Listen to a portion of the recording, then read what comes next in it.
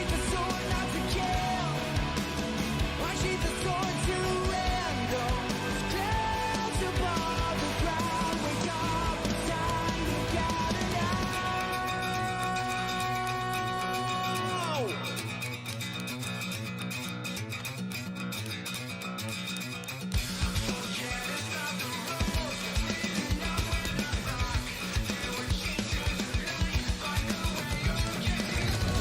We have nowhere to go, where they all head for. See them lights on the fire, just blaze through the storm. We know it's right over there, something is there. Whatever is arriving, we'll be prepared.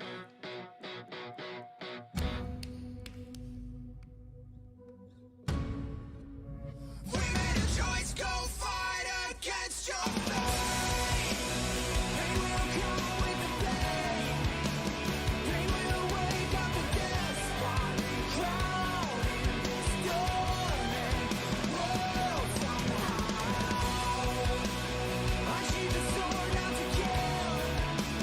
I sheathed the sword to end those clouds above the ground. Wake up to hear the cheering sound.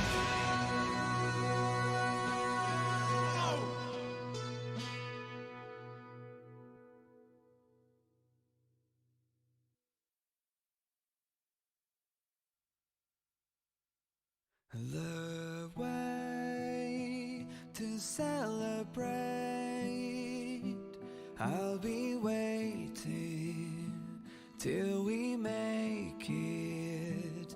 The day to celebrate, I'll be waiting till we make it. Oh,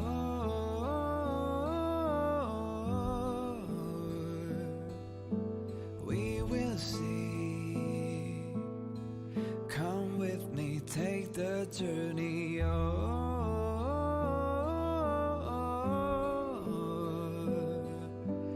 We will see. Come with me, take the journey.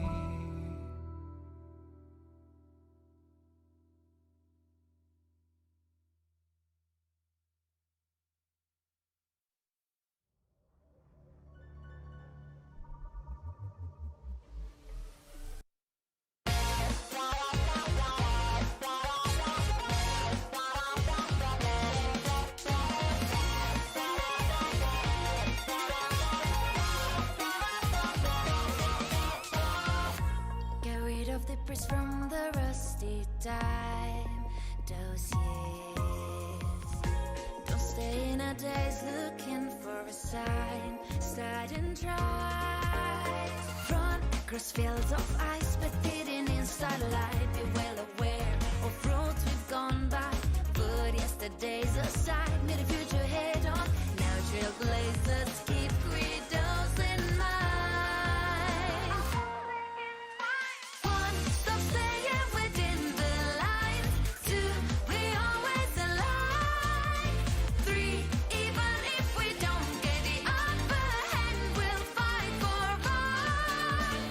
Four, never care a rip for hindsight. Five, let us light the night.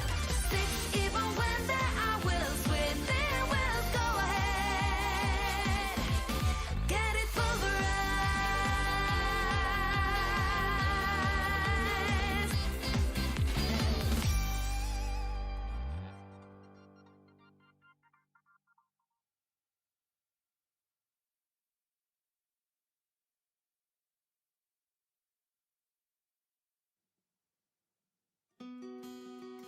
Wrapped in biting wind, hearts will never bleed.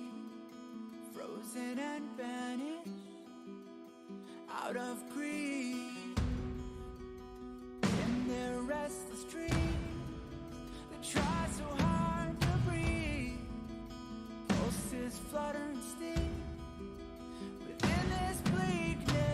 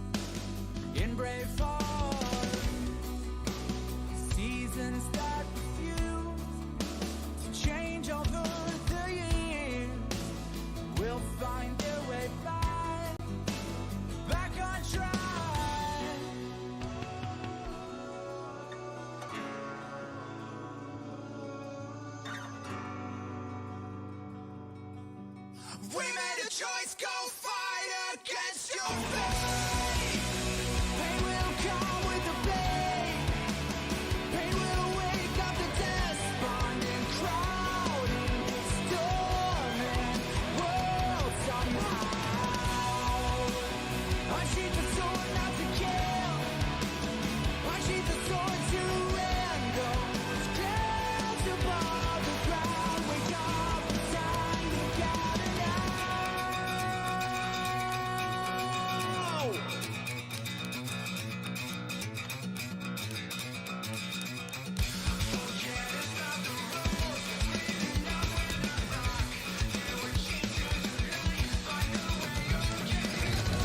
We have nowhere to go, where they all head for. See and right from far, just blaze through the storm. We know it's right over there, something is there. Whatever is arriving, we'll be prepared.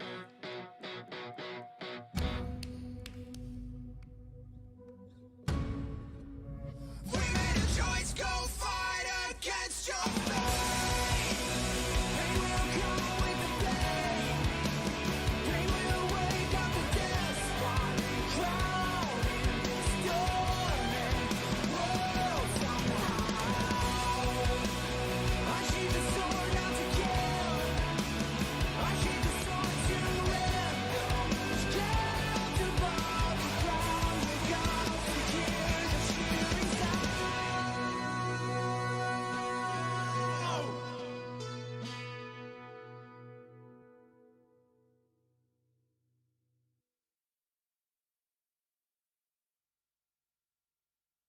The way to celebrate, I'll be waiting till we make it. The day to celebrate, I'll be waiting till we make it.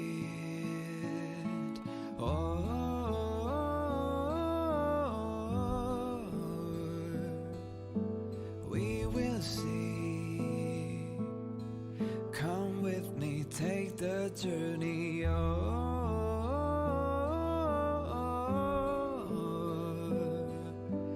We will see. Come with me, take the journey.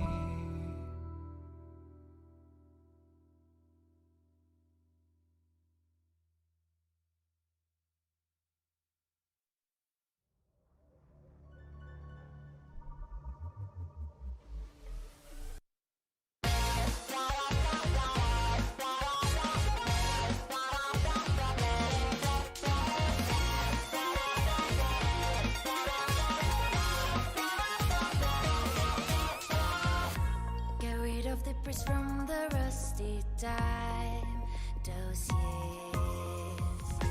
Don't stay in a daze looking for a sign. Start and try. Run across fields of ice, but hidden in starlight. Be well aware of roads we've gone by. Put yesterday's aside, meet the future head on. Now trailblazers keep credos in mind. One, stop staying within the lines. Two, we always align. Three, even if we don't get the upper hand, we'll fight for right. Four, never care a rip for hindsight. Five, let us light the night. Six, even when there are wills within, we'll go ahead. Get it pulverized.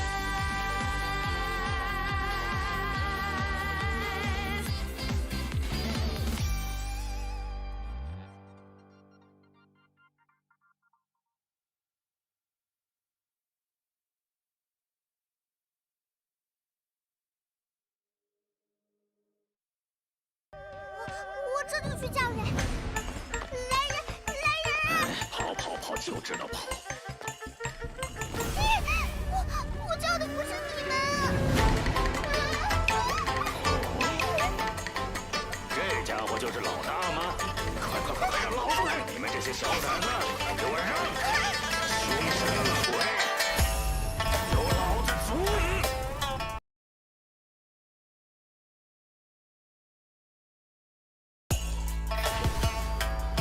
还不快滚！无头之鬼，直入心里，继续来去，不得久停，积极如律。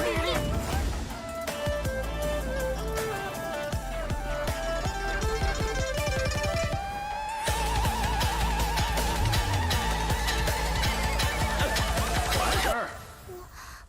我还是赶紧写辞呈吧。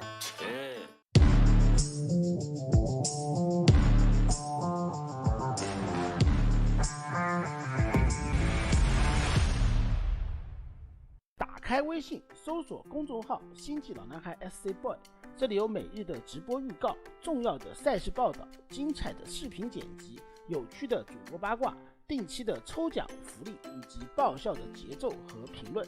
关注 SC Boy 官方公众号，365天每天更新，让你与20万猛男一起更便捷的享受我和黄哥给大家带来的快乐。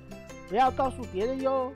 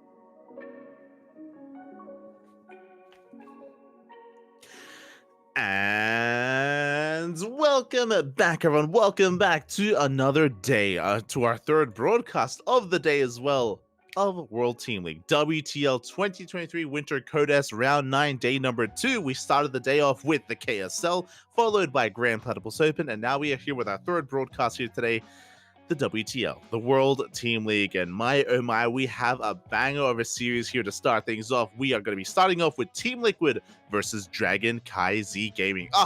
Look at that lineup, Bobby. Look at the lineup. We have Cure versus Dark in a TVZ. We have Clem versus Oliveira in a TVT. And we end it all with a PvP between Skillus and Hero. Oh boy, and Team Liquid, they have been doing surprisingly well. I mean, I said surprisingly well. They struggled. They struggled last season. They've been doing so much more better this season, and a big part of that is their bolstered roster with Cure. Cure is their latest player, of course, and is a pivotal part of their team now. Clem, Cure, Skillus, they are a stacked lineup. A Laser as well to get the let's not forget. A Laser, of course, not going to be featured tonight, not yet. Maybe the ace match if we get there. But for now, we have our TVZ, Cure versus Dark. These two, they face off many times throughout the weeks in KSL and ESL Open Cups. In all the weekly tournaments, they do face off. Cure is a very active player, one of the more active Terrans in the online tournament scene. So not a matchup that we haven't seen before, but I am ready for it nonetheless. Game 1 on Oceanborn. And if you're in the chat, predictions are open. Predictions are open, so place your bets on how you think the series will go. Will it be a 2-0 in either direction or a 1-1 score? I should also get into the format, but before that, in the bottom right hand corner of Oceanborn, we have for Team Liquid, Cure, and in the top left we have his opponent. We have for CranKy Z Gaming, Dark. Here we go. And again, if you're maybe tuning in for the first time, if you're unfamiliar with the format, WTL is a very unique format. It's a team league setup here, best of 7 overall, constructed by best of 2s. So it's going to be a best of 2 between Cure and Dark, followed by the best of 2 between Clem as well as... oh my god, I almost forgot. The TVT. How could I forget? Clem versus Oliveira, and then the PvP with skills versus hero as well to kind of construct this entire best of 7. Because it's a best of 2, that means tied scores are possible. Tied scores are possible. You can go 1-1, and we won't have a game 3 between them because it's not a best of 3, it's best of 2. So here we go. We are diving into that first game, and yeah, for the time being, everything is looking as it should. We just see a hatch gas pool opener here from Dark. Oh, sorry, my apologies. I say that's actually a hatch pool. A delayed gas from Dark here. Very interesting. Big shout out to the sponsors Doyu, Honkai Star, Taido, and Autofool as well. Again, without the sponsors, this would not be possible. And where are we going? Again, okay, really interesting here. So again, it was a gaseous opener out of Dark. We're pointing that out as the observer. So it looks like a Roachhorn based follow-up here because link speed is going to be so heavily delayed. And we're going straight for that third base as well. So really greedy play here. This is something that Dark typically reserves for maps like Golden Aura and Razet Station. So essentially the goal here, and I can see the logic behind Oceanborn, but it's still a risky maneuver nonetheless. Basically, Dark, he's cutting corners, he's hyper-fixated on getting a faster third base, on droning up, defending with purely queens and a handful of links early on, and delaying his gases. This, because gases are so late here, this typically leads into roach play because it's not worth investing into link speed that late, because it's like, it's going to take so long for that to really kick in. We should be getting into roaches as a follow-up. And again, the goal here is to just cut corners, defend with as little as possible. So far, the Lings are keeping up with the Reapers.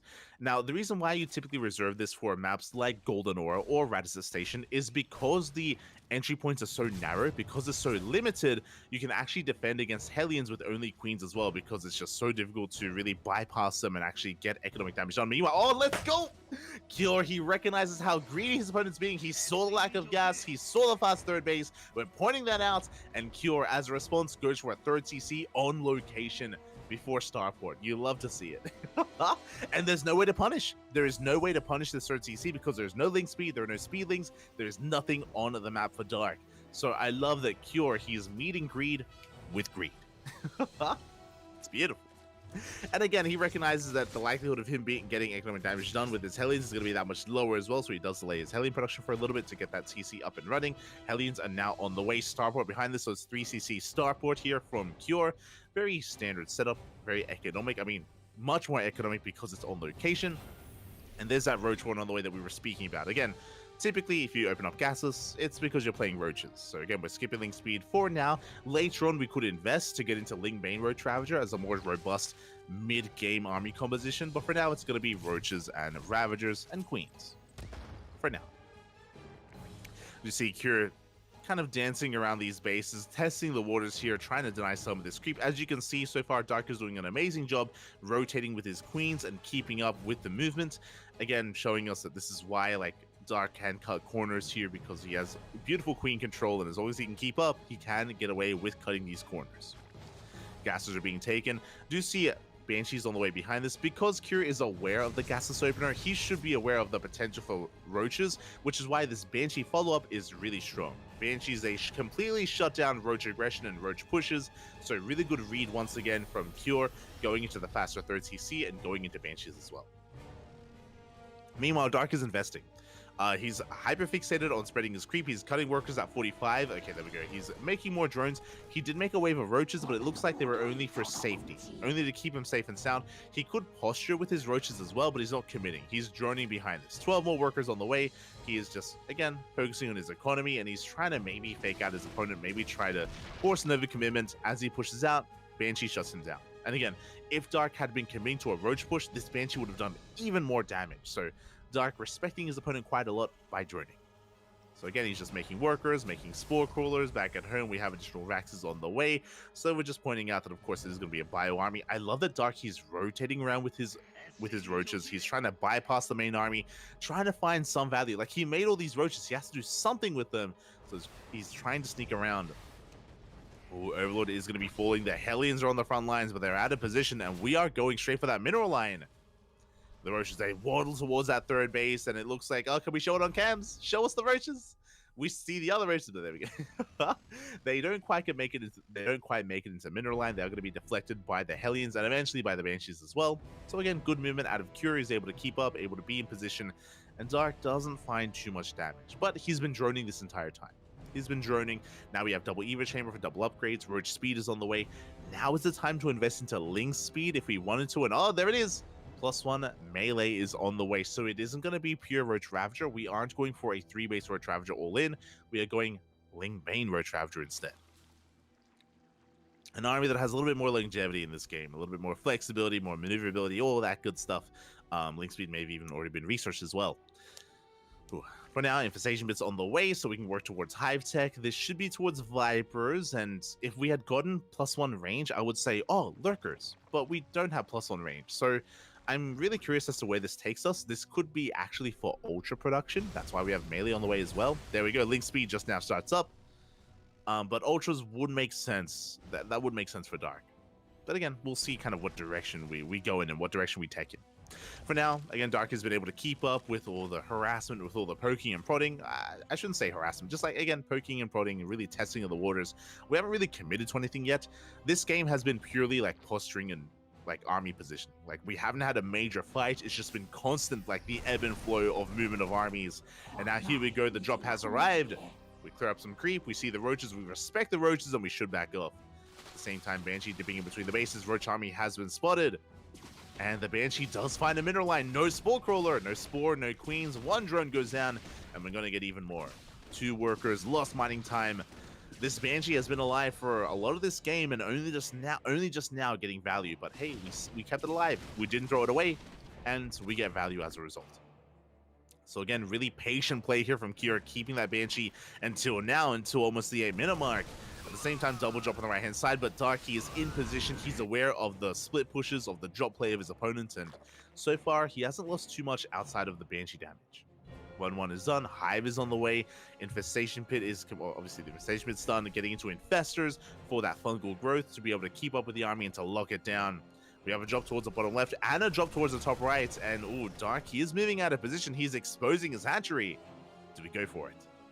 For now, Cure just cleaning up creep. There we go. Double jump head towards the 4th base, the would-be 4th base of Dark.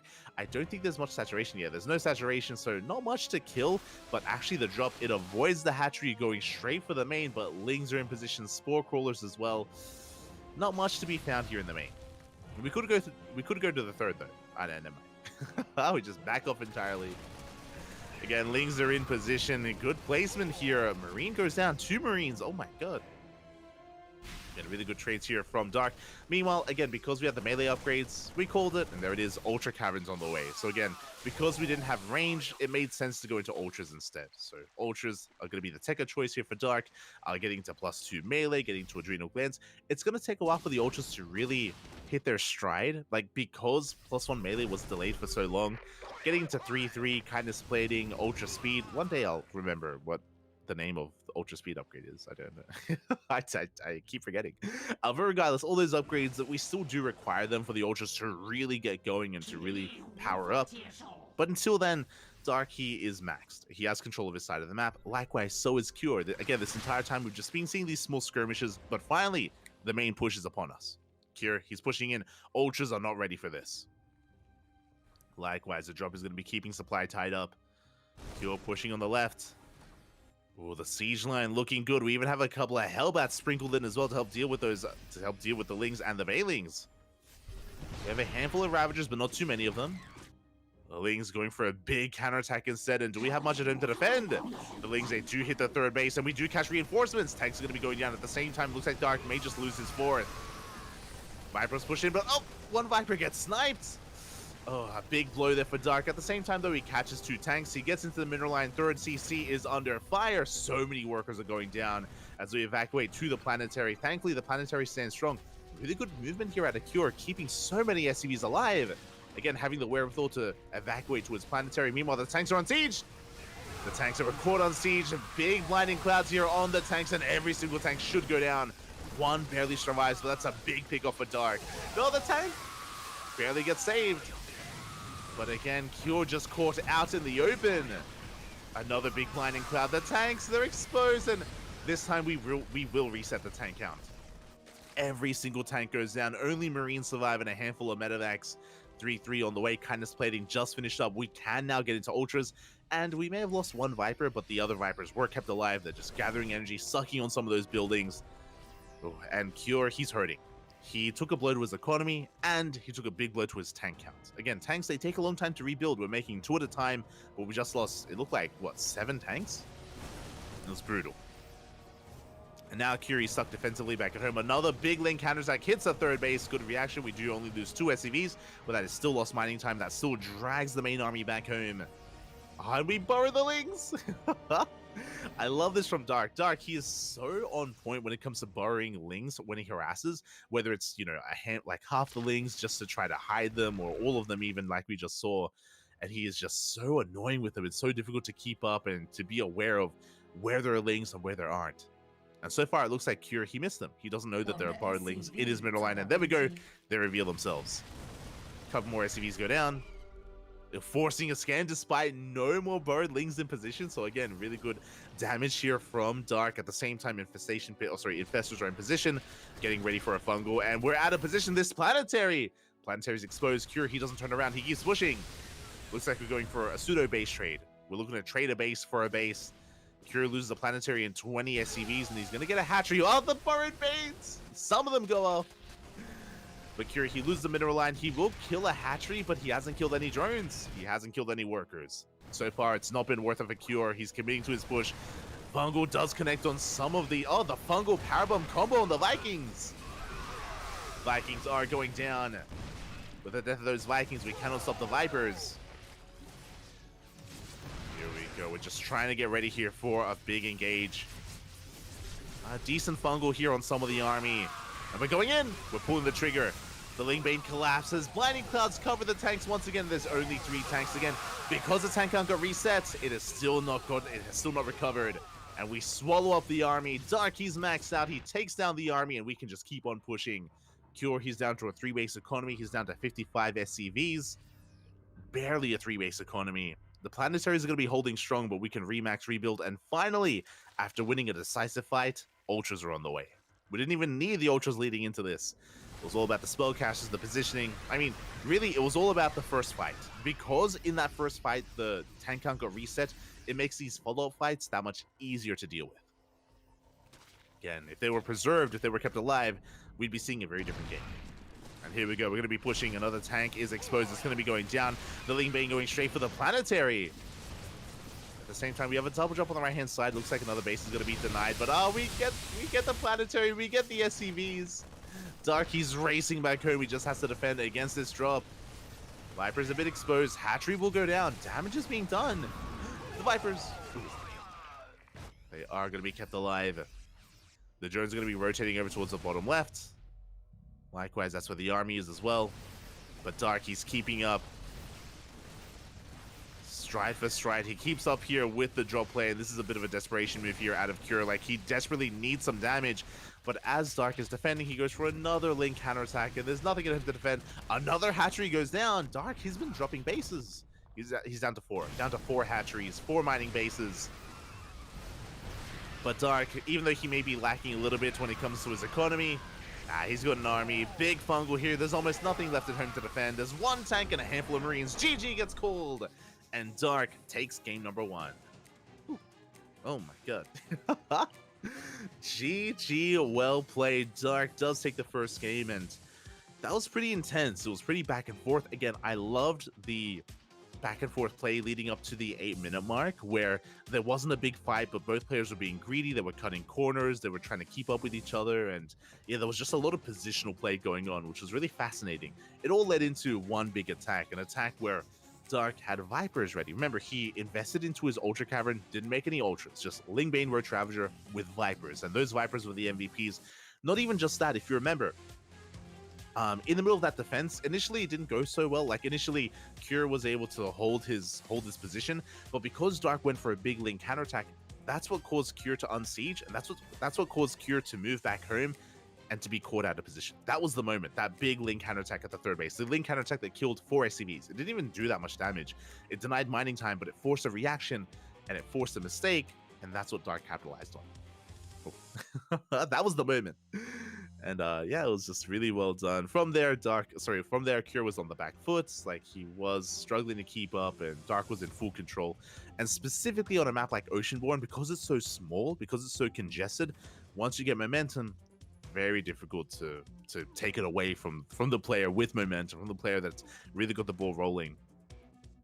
Again, just because of how congested the map is and because of how close together all these bases are, just these counterattacks don't take too long to hit whatsoever.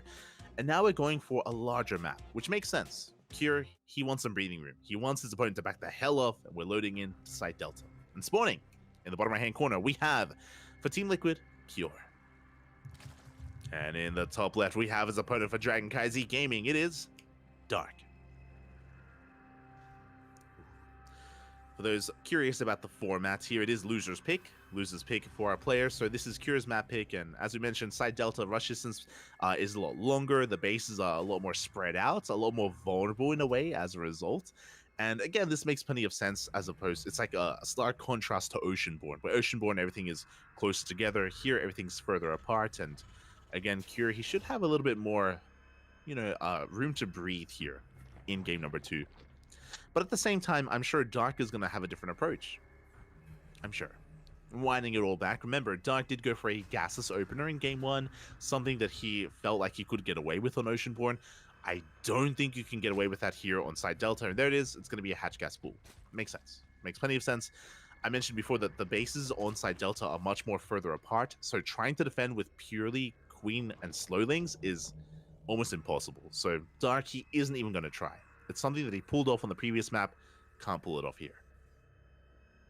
So again, if you're trying to emulate Dark, and if you saw his opener last game and you're like, oh, I want to try that on the ladder, it's very map dependent, very map dependent. So bear that in mind when you if you do try it. For now, we're going to be easing into this. We do have a Rax expand here from Cure, getting into a economic opener to begin, or a standard opener to begin with. I would say a more economic opener or a greedy opener would be like CC first, but this is just Rax expand. Everything looking normal, everything looking standard for both players.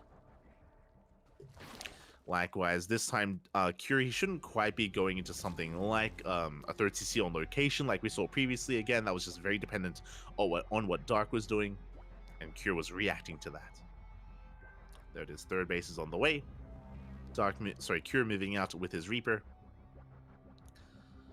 And yeah, we should be seeing a bit of a dance here. I should also point out as well that it's that Cure is going for a Rax expand instead of a 2 Rax opener.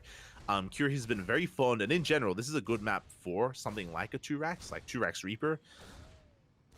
But we're not seeing it here from Cure. Interesting. Interesting choice as the Reaper dives in, almost gets a drone, forces the Spore just in time. Dark will keep it alive. Behind this, third CC is on the way, so it is an economic opener. Third CC before Starport. We haven't seen it on cams, but we can see it there in the production tab. So again, just very economic here from Cure. It's going to be a 3cc 1-1-1 with that Starport now on the way. Overlord from Dark, poised to dive in here at just over the 3-minute mark, is going to get a full scout of the main, is going to confirm the timing of the third CC and also confirm the Starport as well. So a really important scout from Dark.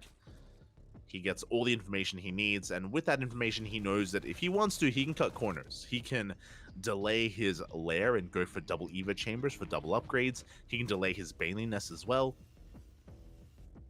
So we'll see if he cuts corners, or we'll see if he respects Cure and just goes for a standard opener of, lair into Baneling Nest.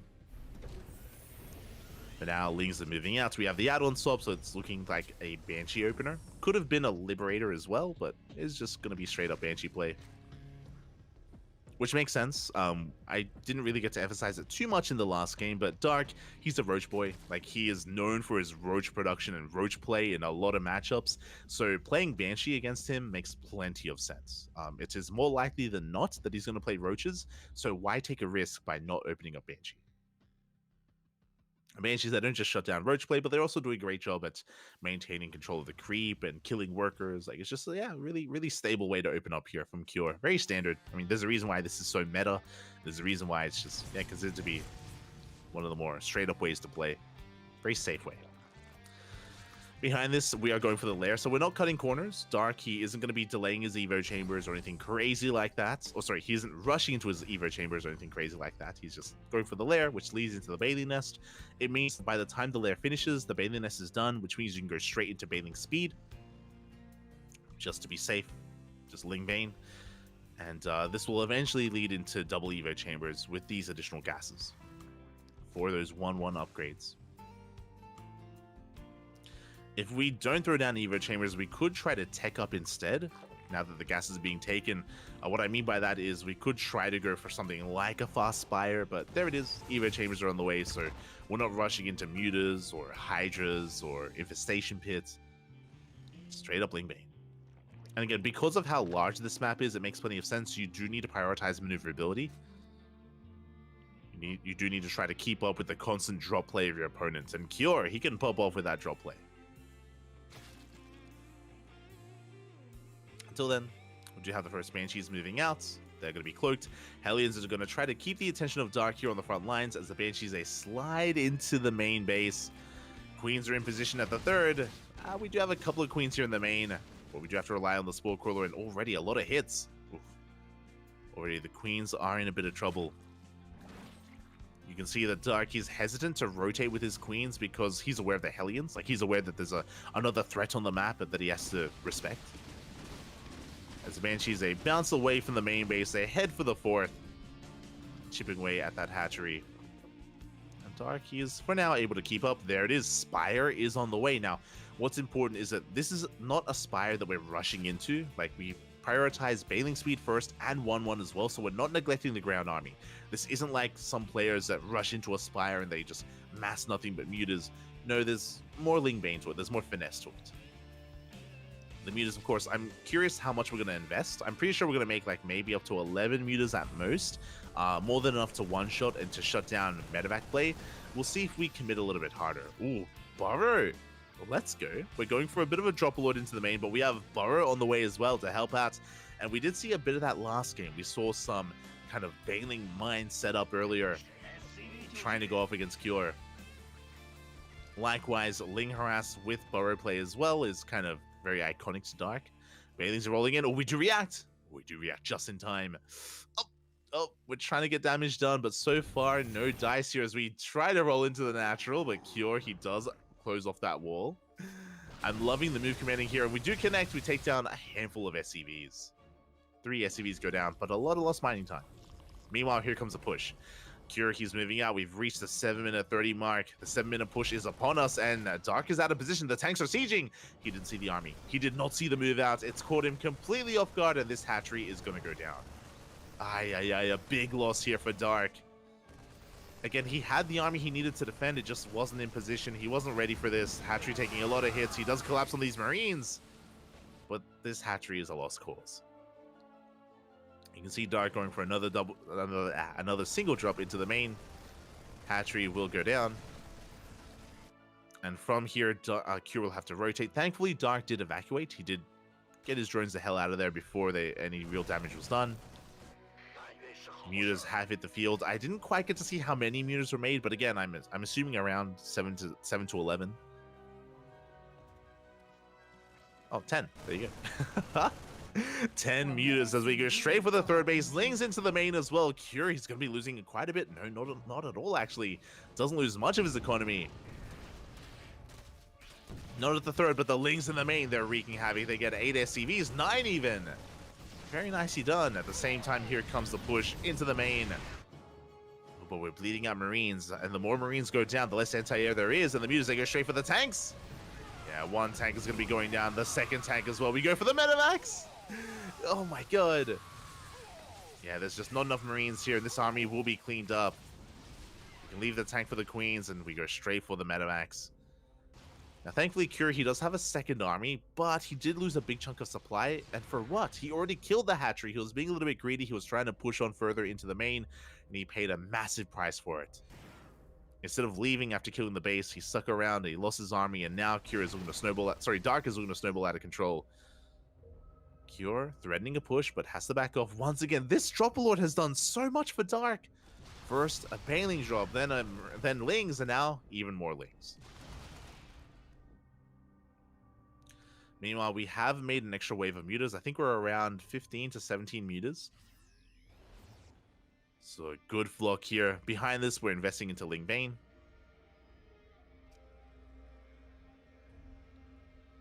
The Dropper Lord coming back in. Not like this. The mine! Oh, big mine shot. Muta goes down. Thors are on the way. Drilling Claws as well. Cure just, yeah, transitioning or adapting his army here to deal with these mutas. And so far, it's working. Mutas are being shaved off. Lings, they get into the main base, but this time we're in position. But we're not in position at the fourth. The Marines, they get surrounded. There are no medevacs. No medevacs, and we go for the mineral line. Oh, big Bailing connections. Cure unable to split in time. Dark is going to back off. He still has map control. His drone count is looking pretty good. Just under 80. Not a bad worker count. Dark is maxing. The Banshees from the start of the game. No, they're going to go down. One Banshee falls. Oof. Big short thought to the face. Sure. Thor. As we collapse on this, oh, the Thor, it's on its own. It's going to be focused down, and it looks like Dark is going to collapse on this army. Once again, big surround, big Bailing hits. We're backing off for the time being. Once again, threatening that planetary. As we bait the army forward, we get a surround once again. We try to collapse on the army. And Marines are falling, and it looks like Darky has too much. Yeah, he's going to clean up these Marines. He has an overwhelming Zerg army. The tanks are caught to the low ground as well. And Darky's going for the kill. There is a Thor on the high ground, and we have to respect that. We have to back off. Planetary has completed. Ling slipping into the third base, and Cure he may be holding, but he has lost 8 more SCVs. His tank count was reset. He lost a lot of Widow Mines, Marines, his army essentially. And Dark can remax. This entire time he's been left alone at home. Initially, Cure did kill a hatchery, but outside of that one hatchery kill, Cure has been stuck. Cure, because of the mutas, has no potential for drop play. That's the power of these mutas, is you deny drop play, which is what Cure was hoping to pull off this game. Again, I do really like going into mutas, specifically here on a map like Side Delta. We were speaking earlier about how long it is, how far away a lot of these bases are, which is why roach play would be less than ideal, and why we need to prioritize maneuverability. Speaking of, I mean, mutas, that's as maneuverable as you can get. So we dive into that third, pick off a turret, get another turret here in the main. Yeah, not big losses, but these are investments that Cure has to rebuild, right? He has to go back into these turrets. Thor shot does go off. Oh, we get the racks as well. As Dark, he pivots away into that third base, getting a gas geyser. Throughout all of this, he's already got a hive. We got 3-3 on the way. Ultra Cavern's done. We can then start investing into kindness plating and ultra speed, whatever that's called. Is it like something glands? You know what? I'm gonna look it up.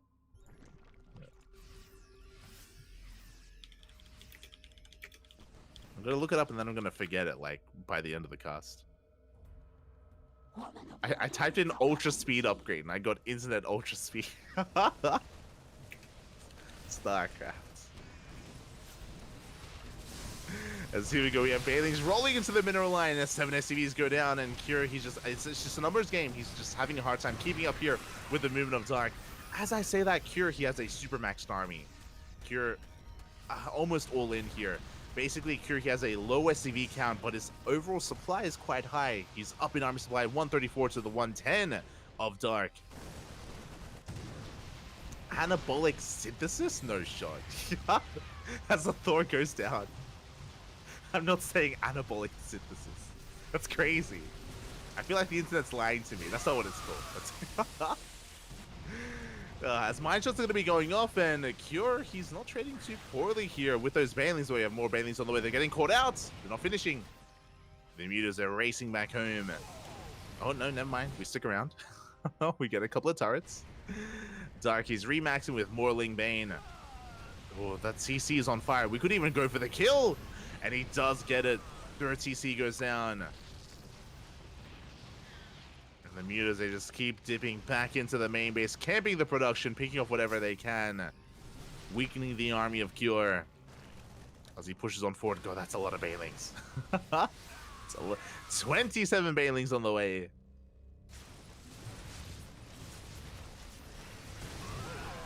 There we go. Mine Shot's going to be going off. Decent spread here from Cure. Banelings roll in. Not the best trades here against the Thors and the Marauders, obviously, but I mean, good enough trades nonetheless. Big Mine Shot's going off on the Mutas. The friendly fire. It may be worth it. The friendly fire of the Marines. The Mutas all go down, but it doesn't matter. We have plenty on the ground here to clean up. Mine Shot goes up. Ooh, big connection. Big Mine Shots. But again, Cure, he's run out of steam, run out of money, run out of minerals. Oh, God. The failing mines. They pop off. They go to town on the army. GG gets called. There's nothing left, and Dark will take the 2-0. Taking a lead here, giving a lead to his team, to CranKy Gaming. GG. Oh my god. That was really well done. Really solid play here from Dark. Having his way with Cure. I say having his way with Cure. Remember, adapting his playstyle depending on the map. You know, we had game 1 on Oceanborn where we had Hyper Greed into Roach play. Here in game number 2 on Side Delta, he didn't rush into Mutas. Remember, he did start off with Ling Bane, eventually leading into Muta play to help shut down the potential drop play of Cure. And once the Mutas hit the field, Cure, he was stuck at home. It isn't just the presence of the Mutas, but they themselves were getting quite a lot done, keeping Cure busy. Not just the Muta play, but the drop play into the main with the Dropper Lords, with the Lings, with the Banelings. Really, a really active style here from Dark, and something you don't get to see too often, where the Terran player is like stuck at home defending against all this harassment. And Dark, he was just able to get ahead economically, tech up, and run away with it. GG. GG, well played. With that, DKZ, CranKy Gaming, they do take a lead, but there is a chance for Team Liquid to come back.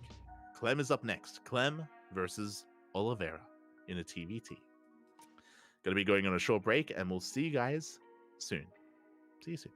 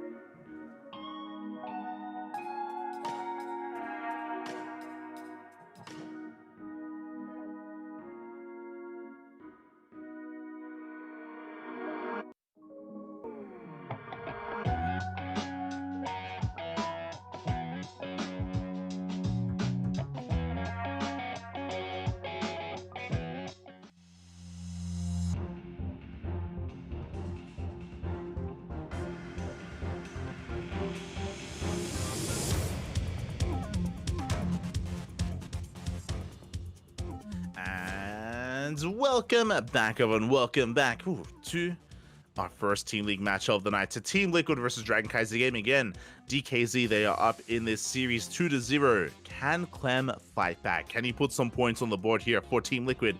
They need him to. Another 2-0, and Team Liquid will be out of this. They will be out of this match as it's first to four. First to four wins, best of 7 overall, and this is going to be a close one. Clem versus Oliveira, always a lot of fun to watch. Oliveira is a very high-paced player. As I say that, the last time we casted Oliveira in a TVT, he did play mech. I remember casting him against Cure like a week ago, and he did whip out the mech, but here we go in the top right-hand corner of Hecate, we have Clem, the Team Liquid. And in the bottom left-hand corner, we have, for CranKy Gaming, Oliveira. Here we go. Our TVT, our first mirror matchup of the night is upon us, and it could go either way. Ooh. We're looking at the bottom of the map. Okay. Could go either way. Again, talking about the players themselves, Oliveira is typically a very high-paced player. He's akin to Bjorn. Bjorn is very active here in TVT. Bjorn, so your traditional kind of TVT setup and army composition is Biotank Viking. You know, it's about the tanks for air control, tanks for ground control, Vikings for air control. Then you have the Marines to supplement and to support. Someone like Bjorn, he actually skips Viking production, goes for medevacs, it goes for like hyper drop play, prioritizes 1-1 upgrades for his Marines, and is just all over the map trying to break you, trying to pull you apart, trying to abuse the fact that tanks are so immobile. And Oliveira is one that emulates him from time to time. Not every game, but it is really cool to see Oliveira kind of take notes and kind of follow suit in a way. And I'm hoping that we get to see this here. And historically, Clem has struggled. He has struggled against the Bjorn style of play, where Clem, you know, he's making Vikings and tanks, and he's just shoring up his defenses and playing quote-unquote standard, and then bam, doom drop. Bam, there's like a doom drop into the main, and then everything dies. So yeah, we'll see if Oliveira is one to adopt that once again. We'll see if Clem can keep up. In recent times, Clem has been performing better just because he plays so often against Bjorn and Cure in ESL Open Cup Americas. So Clem has been getting a lot of really good practice, and because Cure is on Team Liquid, I'm sure they practice together a lot as well, and that has been improving Clem's TVT. Has been amazing to see. For now, though, we're getting into our openers. It is going to be double gas from both players. Double gas all around. Which means delayed expansions. Faster factories. So, yeah, more aggressive openers from both Oliveira and Clem. Oliveira now taking a CC on location. Clem still delaying his own, waiting a little bit longer before throwing it down, waiting for that Reaper to evacuate. And now the CC should be on the way. So both players are playing very similarly in the sense that they both prioritize their factory production, but we can see a big difference. Oliveira, he's getting into Cyclone production, meanwhile Clem is getting into Hellions instead. So again, Clem is going for a much more traditional Reaper Hellion opener. Meanwhile, Oliveira is going for a much more modern Cyclone opener. With the new Cyclone, they have a pretty big role, or they can do quite well in the early game. They're quite tanky, as in they can tank a lot of Hellion and Reaper shots specifically. They can pop off. They can definitely shut this down. As Clem, he's continuing Reaper production as well. Again, a very aggressive opener here from the Terran player. We're pushing out. It's going to be on Oliveira to react in time to defend, and oh, he's working on add-ons. He is not making a second Cyclone. He's got one Cyclone, 2 Reapers to defend. Clem, he should be able to dive. If he can dive on top of this Cyclone, he can shut it down, then Snowball out of control. Looks like he is going to be zoned away. Again, the Cyclone stands strong. Lock-ons are looking good. Marines are going down. Oh, we do have the second Cyclone coming out just in time. And Oliveira will hold. Now, thankfully, we do have a couple of Reapers still up and running for Clem. They are saved, so they can maybe get value. Killing a Cyclone is already a big moment for Clem, but he doesn't get any economic damage done. Ooh, but that will deter the drop. Initially, I'm pretty sure Oliveira wanted to go for a double Cyclone drop, but he only has one. Medevac is boosting out, but going to be empty. A bit of a fake drop here moving out, and it is going to be spotted by these Reapers. Clem, he does see it. He's going to be responding, hoping to catch this medevac out of position. Also, the Reapers push in because they assume the Cyclones aren't at home, but they are. Ah, the trap.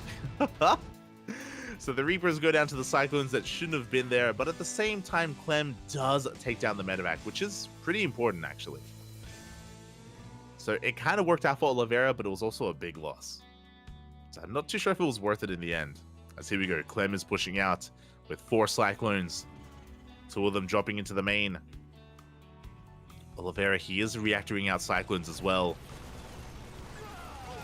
Good stutter stepping here, forcing a pickup. Cyclones are rotating over as well. Clem is forced back. Oh, at the same time, the lock-ons are going gonna be cancelled. We're gonna be breaking the lock-on, but alas, Cyclone is gonna go down. Clem will lose one. So again, we're going blow for blow here when it comes to the trades. Behind this, third CCs are on the way for both players. We have Interference Matrix as well from the Ravens, so we're kind of easing into the mid-game. No one's going all in. No one is doubling down on aggression. We're going to be calming things down here towards the mid-game. And we have Raxes from both players, so Biotank, or what soon is going to be Biotank from both Oliveira and Clem. Obviously, early on, they both invested quite a lot into these Cyclones, but again, they're pretty necessary. If you don't make Cyclones, you may just straight up die here. That is the evolution of TVT in the new patch. You do need these Cyclones for map control to threaten your opponent.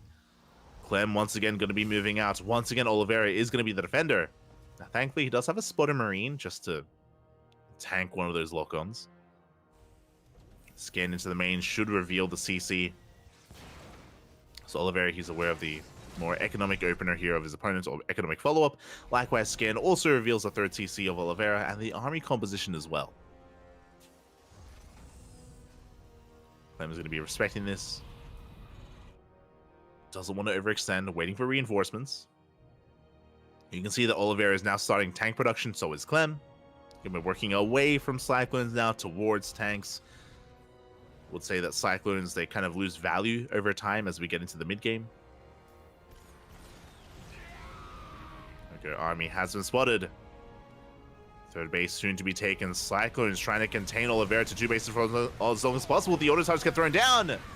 Auto touch for both players, and it looks like Cyclones are falling that much harder for Clem. Okay, he's being chased down. A massive loss here. Two Cyclones make it out. Scratch that. One Cyclone survives. Ooh, but he did kill all three Ravens. Worth. Very much so worth it here. Clem, he preserved his own Ravens and he killed three. Big pickoffs. Especially considering that Interference Matrix was researched for both players. Ay, ay, ay.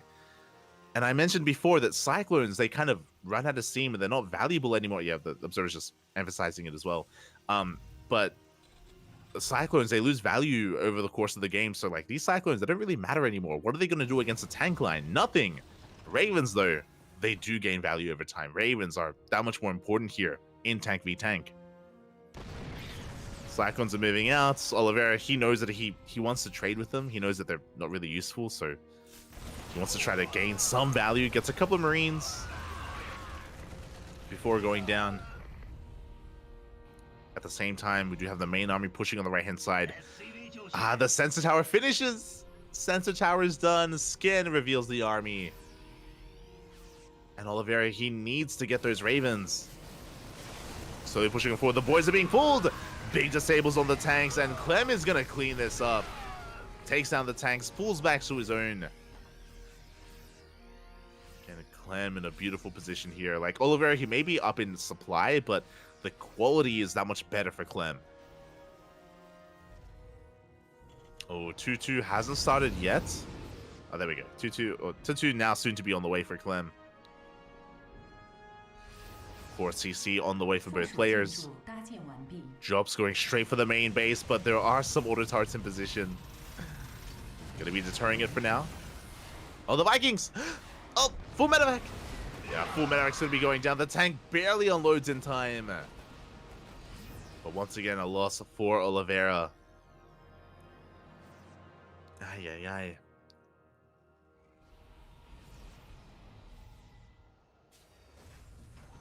As we do see Oliveira going to be maneuvering towards the left-hand side. This entire time, for the past, like, minute or so, Clem has been the defender. Now he's going to be moving out. Likewise, Oliveira trying to stay active on the map as well. Both players going for similar army compositions. Both players are going by going tank Viking. We do have that double job moving out. Likewise, Oliveira maneuvering almost his entire army towards top left. His entire Marine army, leaving his tanks back at home. Scans ahead of time. Does see the fourth base on the way. He's going for it. He's trying to, but the tanks are in position. They do deny him. At the same time, Clem pushing towards the left-hand side. He gets a sensor tower, and he's going to get a tank. Oh, just barely doesn't. The tank barely survives. And Oliveira, he's on the hunt. He wants that medevac up. Oh my god, he will get it. Full medevac goes down. A good pick off here from Oliveira. Meanwhile, Clem is going to be pushing. Remember, Clem, he still has all 3 Ravens alive. He has Disables, anti-armor missile. Oh, has to be careful there. Doesn't want to lose those Ravens. Marines coming in from the right-hand side and the left of the surround. The surround is real, but it's not good enough. Oh my god, the tank line stands strong. And Clem shuts down the Bio Army, and he can keep on pushing. The Disables once again. Tanks are getting within range. Yeah, tanks are going to be going down, and Clem, he can keep on pushing. He has so much momentum going his way. And Oliveira, he's up against the wall. Does have a tank. Oh, big tank shots, actually. Likewise, Clem does unsiege at the wrong moment. He unsieges. The boys are being pulled, but it's still not enough. SCVs go down. Big disable on that tank. GG gets called, and Clem will take game number 1. GG. And again, you saw how important it was that Clem kept his Ravens alive and sniped the Ravens of Oliveira. Even throughout the entire game, they added value.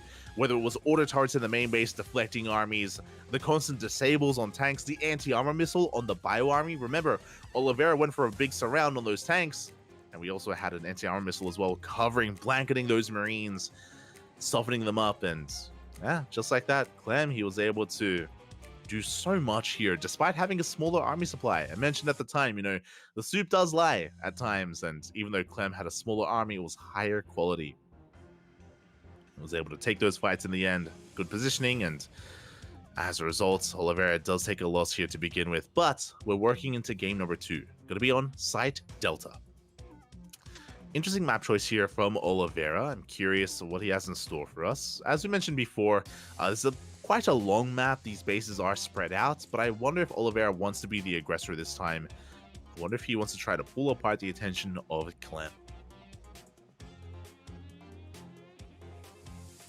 Like, if we wanted a longer macro game, we would have seen Alcione. Side Delta is a little bit more spicy.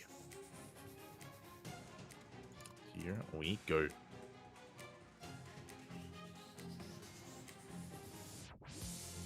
So we're getting ready here. Again, maps have been chosen.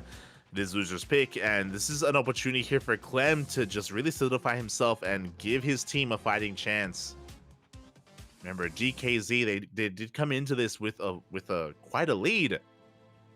We'll see if Clem can fight back. And here he is in the bottom right-hand corner for Team Liquid, Clem. And spawning in the top left-hand corner, we have for CranKy Gaming, it is Oliveira.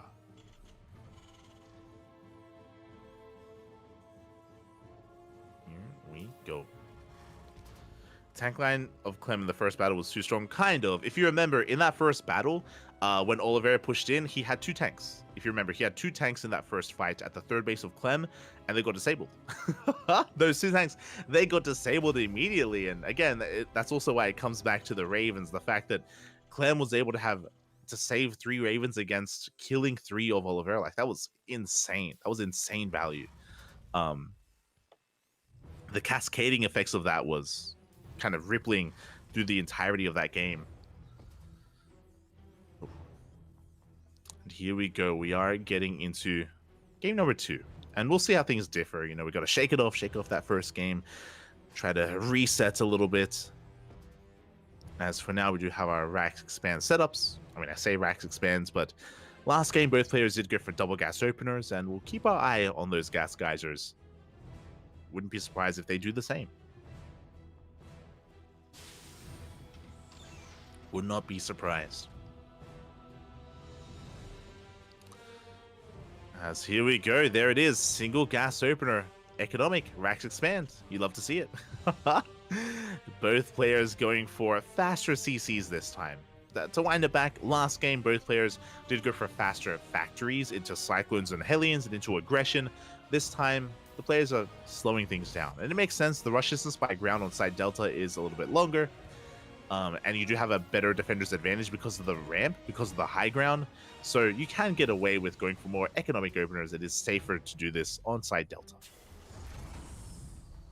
So both players are taking advantage of that, respecting the map quite a bit.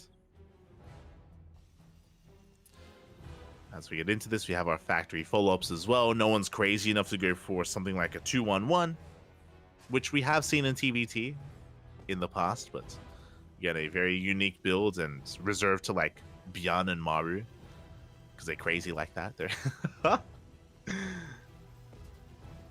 Byan, he's the one that's like done that the most often, I should say. And to be fair, I haven't seen him go 2-on-1 in TVT in like a couple of months. In the last map pool, I should say. Last map pool was the last time.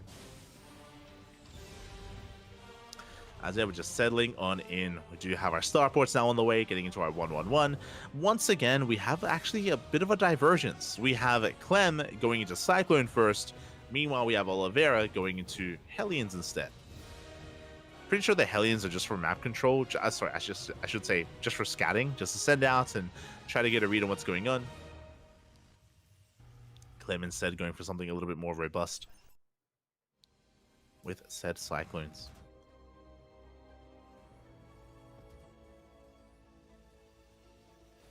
So now we are just settling into said TVT. Nothing too major outside of like our initial opening units. We do see Oliveira actually already going for his tank. Meanwhile, Clem getting into continued Cyclone production, going straight for a third CC. Oh my god! It hasn't been shown yet on cams, but yeah, that is a very greedy opener or very greedy build here from Clem, rushing into a third base. Not something you do quite often at all here in a TVT to get it this quickly. So very greedy play here out of Clem. Meanwhile, Oliveira getting into Viking production, tanks as well. What's important about what I just said, no medevac first. Because of that, Oliveira isn't going for a tank drop yet.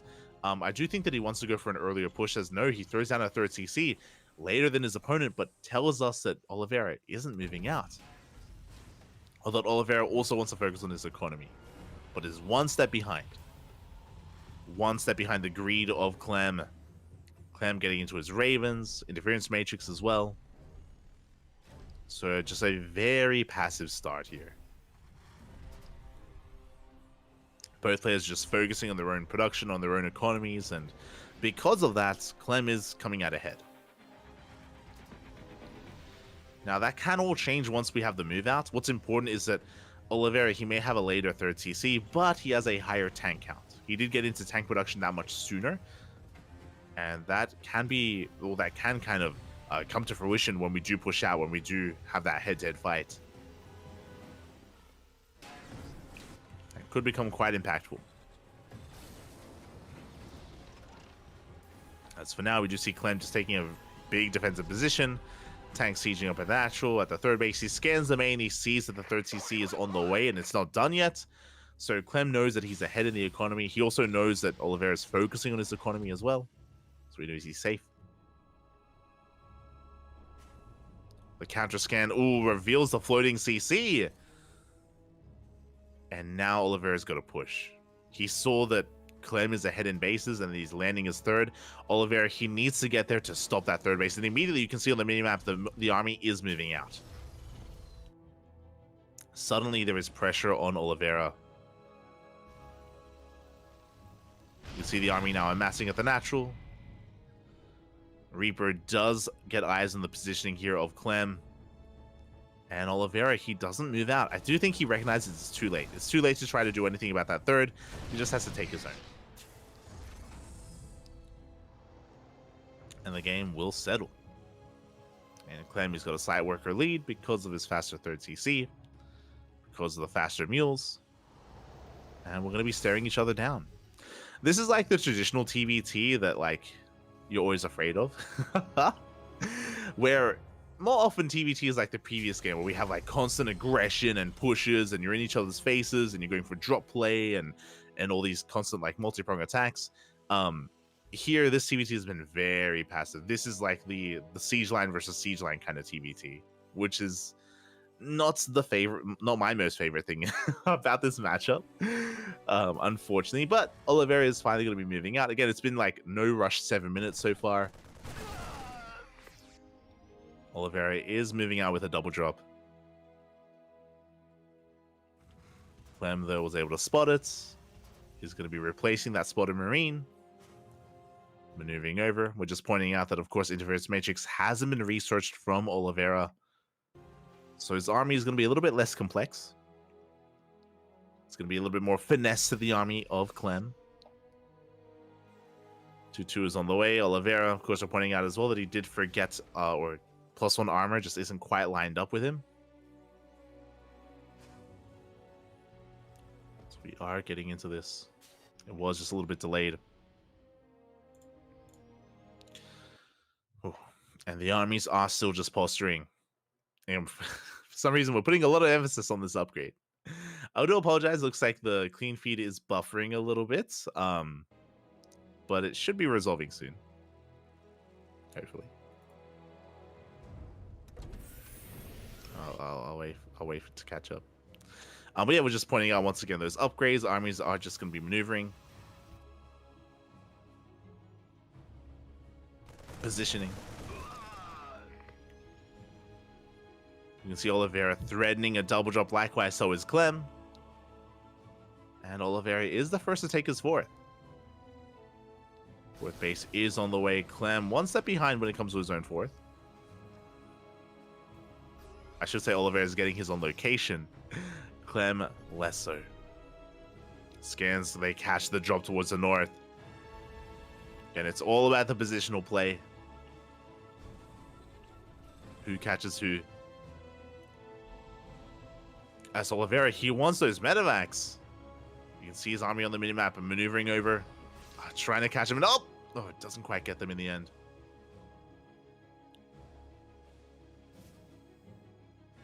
I think he got one. Yeah, he got one medevac.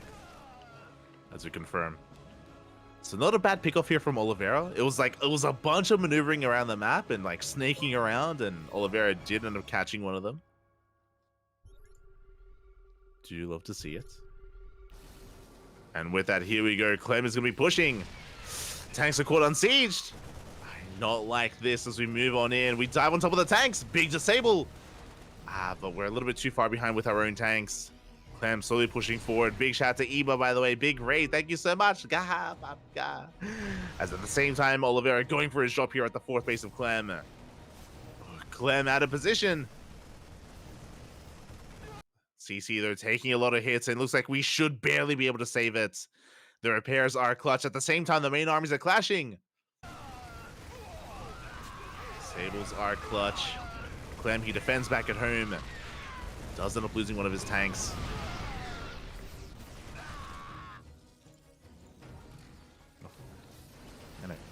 And with that, we are going to be pulling back.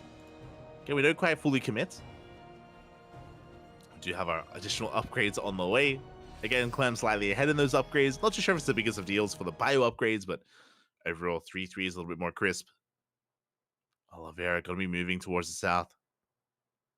Again, we do apologize for some of the buffering issues. I do apologize. Clean feed is struggling a little bit. We catch the Marines! Oh my god! Clem not looking. Clem not paying attention. A big chunk of Marines go down. Oliveira, he has momentum.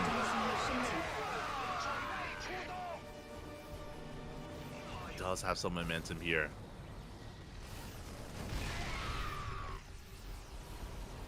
You see Oliveira pushing towards the south, trying to get in position with those tanks. Oof.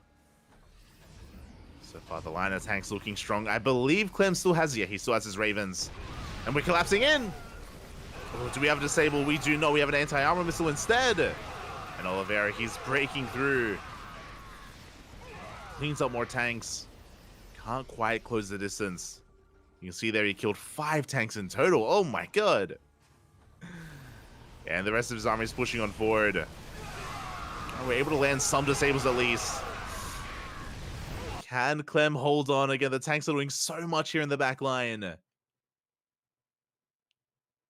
The buffering. As reinforcements trickle on in, it looks like Clem, he barely cleans up 2 of those tanks, but there's still 3 more behind this. Oliveira sending his reinforcements towards the 4th base.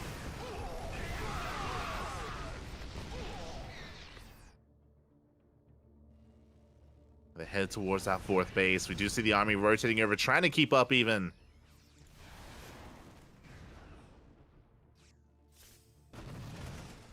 The tanks. Clem getting caught off guard. Another tank goes down as well, and it looks like Oliveira, he may be able to break him. Hasn't dealt too much economic damage, but as I say that, the tanks towards the south get cleaned up. Oliveira, he was too late to reinforce. Just 1 second too late. Oliveira loading up, going for more drop play. Clem, he's slowly stabilizing here.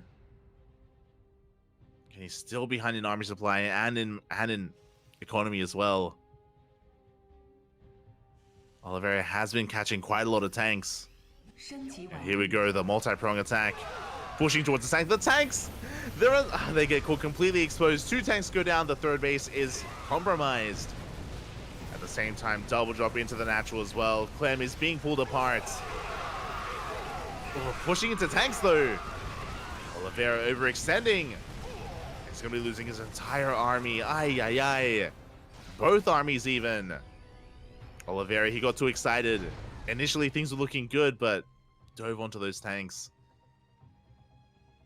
Now, behind this, Oliveira, he is on 80 workers. He has an insane economy. He's going to be able to remax out much faster. But you don't want to be too wasteful. And Clem is not taking this lying down. Goes some Liberator harass across the map, gets 3 SCVs. Liberators are arriving here on the front lines as well. Again, Clem trying to stabilize, trying to hold on, but we get a double drop into the main. Clem, he's just trying to get back to mining, but 7 SCVs go down. The CC in the main, it's going to go down as well. Too much DPS, too many Marines. They can still on forward. Can they get the tank? Ooh, not quite. Barely the tank to survive. But regardless, the CC falls. Clem, he is still hurting. And we're going for another base. Oh, can we get another orbital? No shot! Oh, the repairs! The repair barely keeps it alive. Oh, we're buffering. Oh, never mind. There we go. The repairs, they barely keep it alive. As the CC will make it out.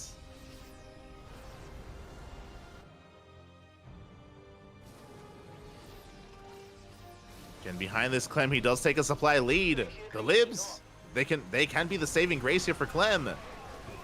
As I say that, 2 Liberators are going to be going down. The tanks, they don't on siege.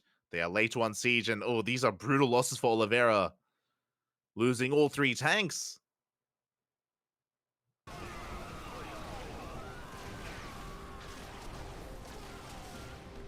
He's trying to catch up. But yeah, all 3 tanks do go down to those Liberators. Clem pushing out with a much larger army. Still has a couple of libs left over. And Clem is looking to try to cut Oliveira off. Army's rotating around. And here we go. Clem coming with a much higher tank count. He collapses on Oliveira, cleans up the tanks as well. Oliveira completely caught off guard. He was out of position, not like this. And Oliveira, he's going to lose everything. The Marines, they get cleaned up. The Vikings land. We clean up what little is left here on the ground as well.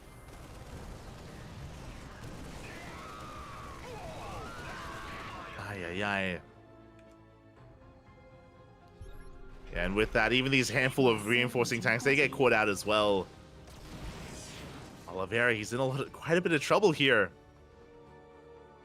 Again, he still has a stronger economy, but his army is lacking. And are we going for a base trade? The armies are missing. As Oliveira pushes out, Clem pushes in. Actually, no, he turns back around. He turned around for a moment. This orbital is going to fall. Once again, Clem's economy is in the gutter. I mean, say the gutter, but stuck on a 4-race economy. At the Same time, Clem laying siege upon the planetary here of Oliveira. It's gonna go down to the tank fire.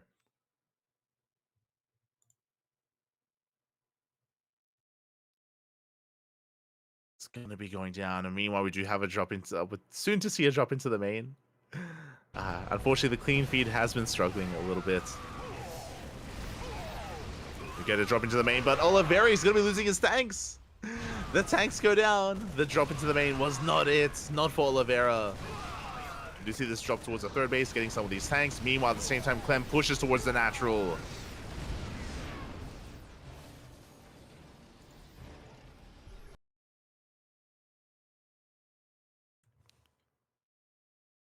Yeah, Liberators are leapfrogging forward towards that natural base.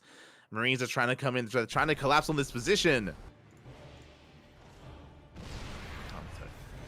Oh, Liberators are laying siege upon that natural. Yeah, here comes that surround from the Marines. Can we break these tanks? It looks like we can. Yeah, it looks like we barely do. We pull the boys. Clem gets cleaned up. Oh my god. It's still so back and forth, still so close. Both players, they don't like their tanks, they just keep losing them. Not like this.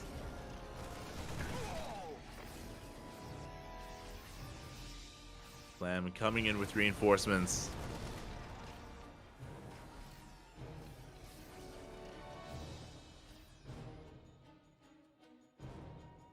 We do see Oliveira still, of course, reaping the rewards of all these bases. Catching some Vikings, even. Clem looking to make his stand. Does barely siege up, does barely force Oliveira away. And in the midst of this attack, he's going for some Liberator harass. Which I do appreciate. It's like, I mean, again, Oliveira, he's got so many bases out on the map. And these libs, they're gonna get damage done.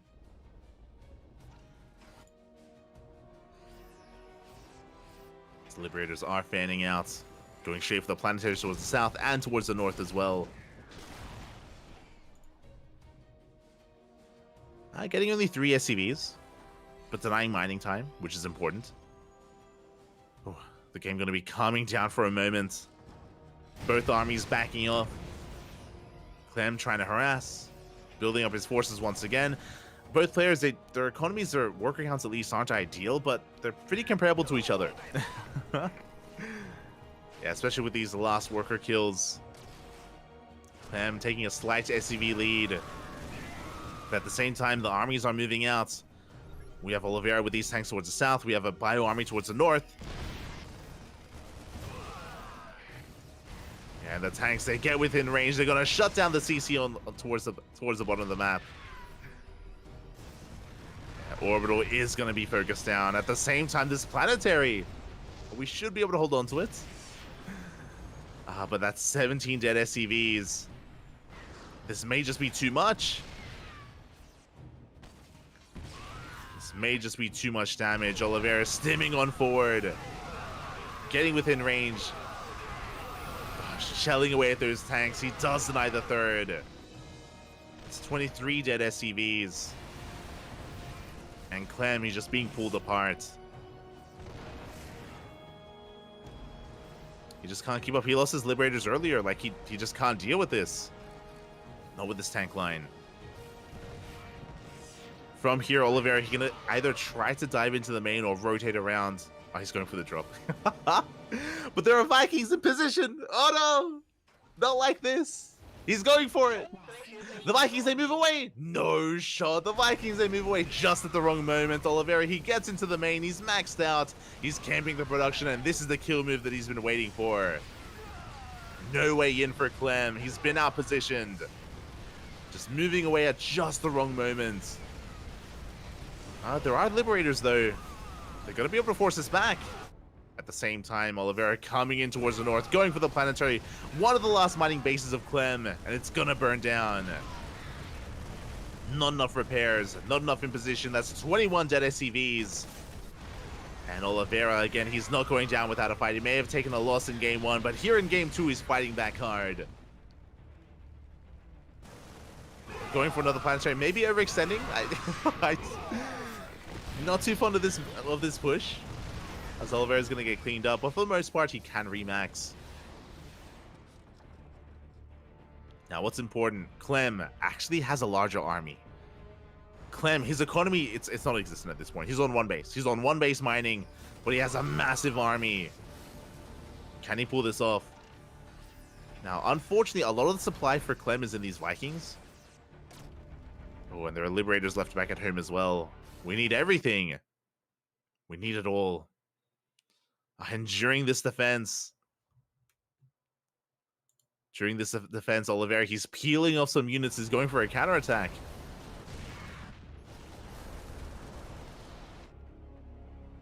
Yeah, he's going for a massive marine run by straight into the natural, straight towards the main. Oof. Yeah, he's came with the production once again, getting on top of these libs and getting on top of the factories. And what can Clem do? Push into a tank line? He's trying. He's trying to. He's got a lot of tanks. He's brute forcing his way through this defensive line. Again, Clem, he still has a larger army. And he's lost his entire production. Everything in the main has gone down. But can Clem pull this off? Going right through the tanks from behind. No, he's unsieged. 1, 2, 3 tanks. 4 tanks go down. Big pickoffs here from Oliveira. Again, we need to babysit this army, and Clem, he just lost so much. Trying to force his way into the main base. Oliveira, he needs some production outside his main. But here we go. Clem pushing forward, heavily overstimmed. But Clem, he will take control of the main base. Will take control of the production. Scan reveals a planetary. Again, Oliveira, he's fine. He just needs to lift up his buildings. There we go. He needs to float away. He needs some production going. He needs to spend his money. You can see Oliveira, he's got 3k minerals in the bank. He needs to spend it. Ay, ay, ay. Rax's factories are going down. You can see, oh my god, a massive wall of Raxes on the way, but we needed this earlier. That's the problem. We needed this so much sooner. Clem, can he still pull this off? As the Raxes are still in production. But we come in from behind. We have plenty of reinforcements. GG gets called. Oliveira, he still has too much. And Oliveira fights back, putting a point on the board, extending the lead for CranKy Gaming. GG, well played. That was a beautiful game. We apologize for, again, the stuttering and the buffering that was occurring. That wasn't on our end. That was over on the... we cast from a clean feed, and the clean feed was struggling. Again, it happens from time to time just because the clean feed is actually being fed through a VPN. Because again, of course, the clean feed is coming from China, and a VPN is required to connect to Twitch and connect to YouTube and all that stuff. So yeah, we do apologize, and I'm actually looking at the Discord, and like Wardy and Rotterdam, they were all struggling. They were all they're all talking about how the buffering was brutal. But regardless, a really good game there between Clem and Oliveira. And with that, CranKy Gaming, they need one more win here to take the entire series. It's first to 4, and DKZ, they're on 3.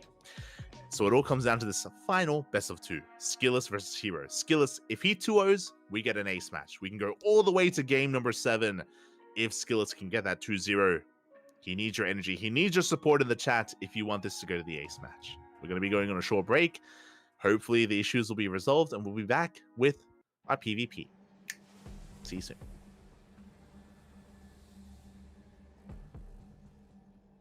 Right, we are already in the PvP. It skipped forward. Oh. Okay. Send us back in. And we are back in. Okay. We didn't go away. We have skipped. Well, we've skipped forward in time, and the PvP is already upon us here, apparently. And okay, I have to settle it in. Predictions. Okay. So, as I settle into this PvP, it looks like we do have 2 gate openers. 2 gate openers all around, and no breaks here. As again, we're just trying to catch up here with all the buffering that was occurring. To see both players going for double gases. So far, mirroring each other. And again, best of luck in the chat. Again, Skillets, he needs your energy. He needs your support to to force the ace match. Meanwhile, Skillers needs one win. One game is all Hero needs to win it all for himself and for his team. Okay. Oh boy. But again, a big shout out to Iba. Iba did raid us earlier. We actually raided Iba after we casted GPO, and now Iba, he raids us in return. So I'm sure people that are tuning, that I'm sure there are some people that saw us earlier and now they're back. And welcome back. Hope you all enjoyed Iba's stream. Hope there was a great ladder session that was had, and I hope that the devil and the angel on Iba's shoulder, Lorimbo specifically, I hope he didn't influence Iba too negatively. I mean, este Lorimbo. But for now, we are getting into this.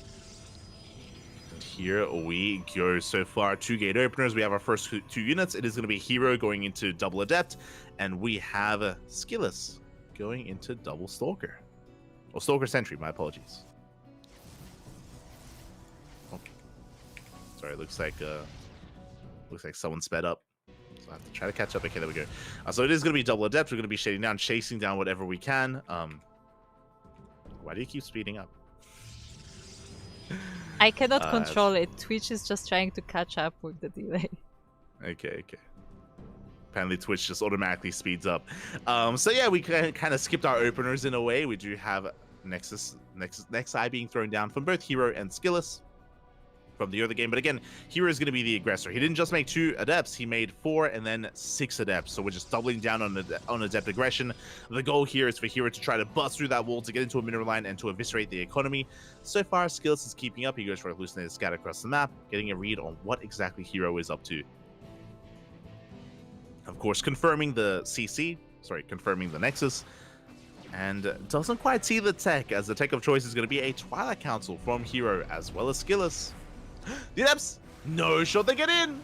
The Adepts, they do shade in with a little bit of sleep at the wheel. Sentry is going to be going down. 1 sentry falls. We're going for another, and we're going to get it. That's 2 dead sentries. Can we get a third? Again, so much value here from Hero, and amidst all this chaos, more Adepts are shading in.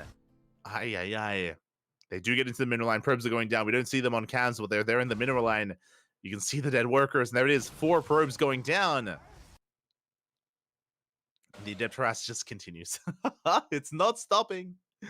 It's not slowing down. And once again, Skillus not quite in position. That's going to be 5 dead workers. Hero taking a massive economic lead. I say massive. A decent economic lead here. And he's not done. As he just continues to warp in Adepts. He wants the sentry. Won't quite be able to get it. This Hero is going to be backing off. Continuing to threaten shades here towards the main. Actually committing into the natural, even getting a couple more probes. If the buffering continues, Curry, you may want to switch to YouTube. I'm not buffering on YouTube. Just letting you know. But that's also because I'm casting from this moment, from the 5-minute mark. But here we go. We do see Skillus going for a big counter attack as well with his Stalkers. He's had enough. He's had enough of all this Adept harass. And Skillus does have the better army with all these Stalkers pushing towards the natural waste. We have 3 shield batteries on the way, but we need more time. Shield batteries are finishing off just in time here for the attack. Stalkers focusing down all of these Adepts. But we do hold on. We're at the 5:24, 25 mark. 26, 27, 28. 31, 32. There we go, as we do see the Stalkers pushing on forward. But again, with the help of these shield batteries, Hero, he's holding. He's holding on. You sped up too much. Is going to be holding on there as the Adepts a shade across the map, going towards that third. Going towards that natural. 5:53. Kira, you can wind it back if you're on YouTube. As we are going to be threatening that mineral line, workers are going down. It looks like Skillus just taking a little bit too much economic damage there. 14, 15. Stalker's going to be engaging here, just doubling down on his aggression. We're too far behind, Kira. 6:25, 26. 28, 29, 630, 631. You can see here Kerr trying to catch up.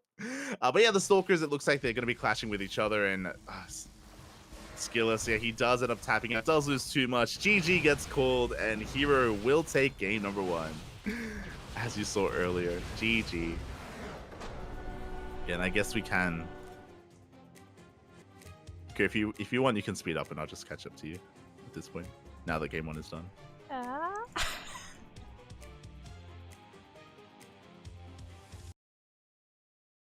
I'll just sync up to you. Now that game 1 is done. And here we go. We're getting into game number 2. I apologize for some of the technical issues, but it's all good. We're shoring them up.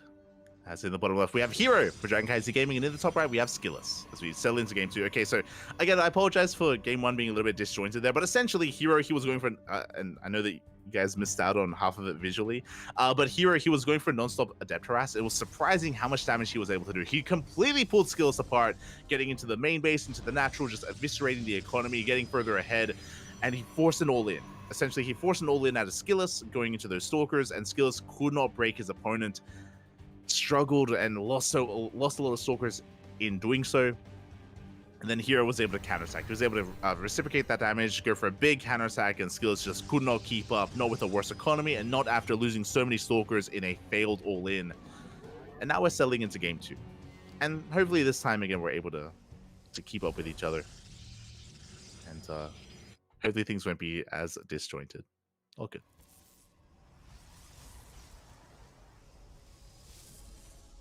As skill as he does. All right. Well, I should also say, with that win, CranKy win it. Hero, he only needed 1 win for himself and for his team, and CranKy Gaming, they will take the series, but we still will play out game number 2 just to determine how this does progress, and just to determine standings, and of course, personal ELO for the players. So there is still a little bit on the line for Skillus. The series overall won't change when it comes to the winner, but of course can change some of the details here of the overall standings and of the overall score line. So far, we have a double gate opener out of Skillus, Hero going for a gate expand. We spoke about this earlier today, but for the past 2 weeks, if you've been watching Korean StarCraft, you would know that Hero has been adopting and embracing the gate expand. Very Max Pax-esque. Hero, alongside some of the other Korean Protosses, they have been very akin to this, and Skillus is going for the 1 base all-in.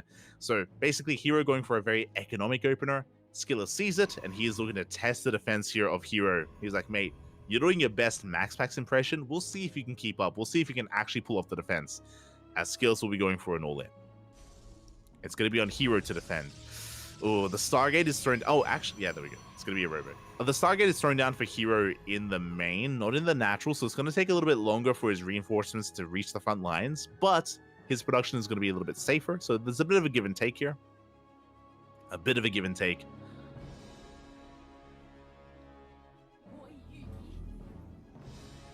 As we are going to be settling into this again, Hero just confirming the fact that his opponent hasn't expanded. He has the probe across the map. Does, of course, confirm the pylons, and here we go. Stalkers are on the way. Proxy robot for immortal production. It's all or nothing for Skillus. There's no turning back. Not anymore. Hero, bold move, going for it. Oracle first. Ay, ay, ay. Oracle first to try to harass and cripple the economy of Skillus. It's going to be Oracle first, then into Void Rays.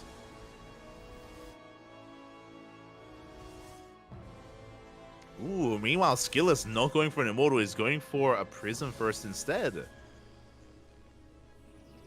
Going for that War Prism. Going to be juggling, and this means he's going to be bypassing the wall here, going straight into the main. And Hero, he may be in some trouble.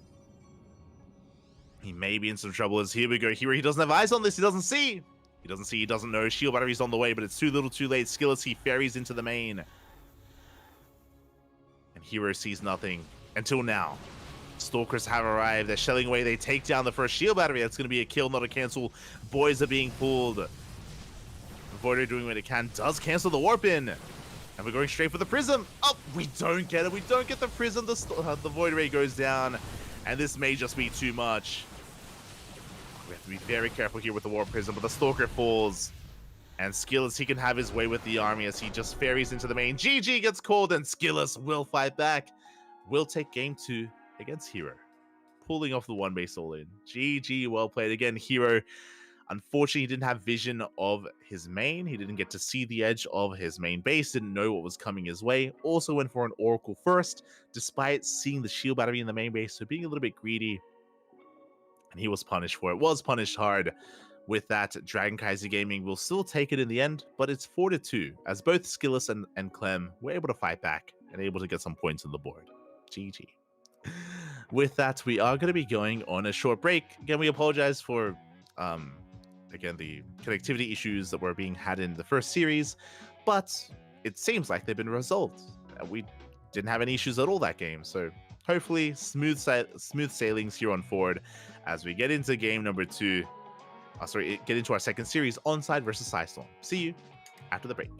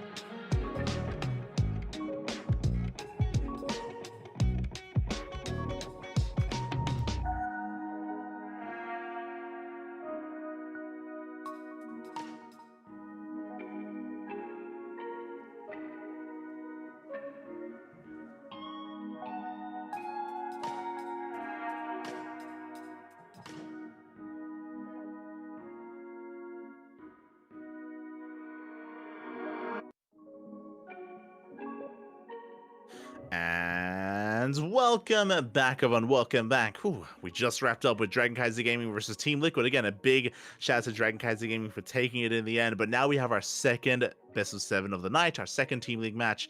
It is going to be Onside versus Psystorm. And look at that stacked lineup. We got Maru versus Spirit. We have Mindo VK versus Solar.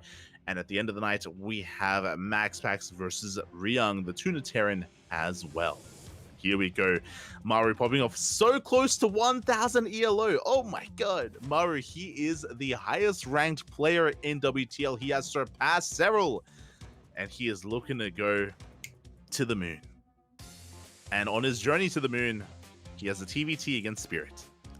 Here we go. Spirit, of course, a very powerful player in his own right. He's one of the best Terrans in all of Europe. I would say he's top 2.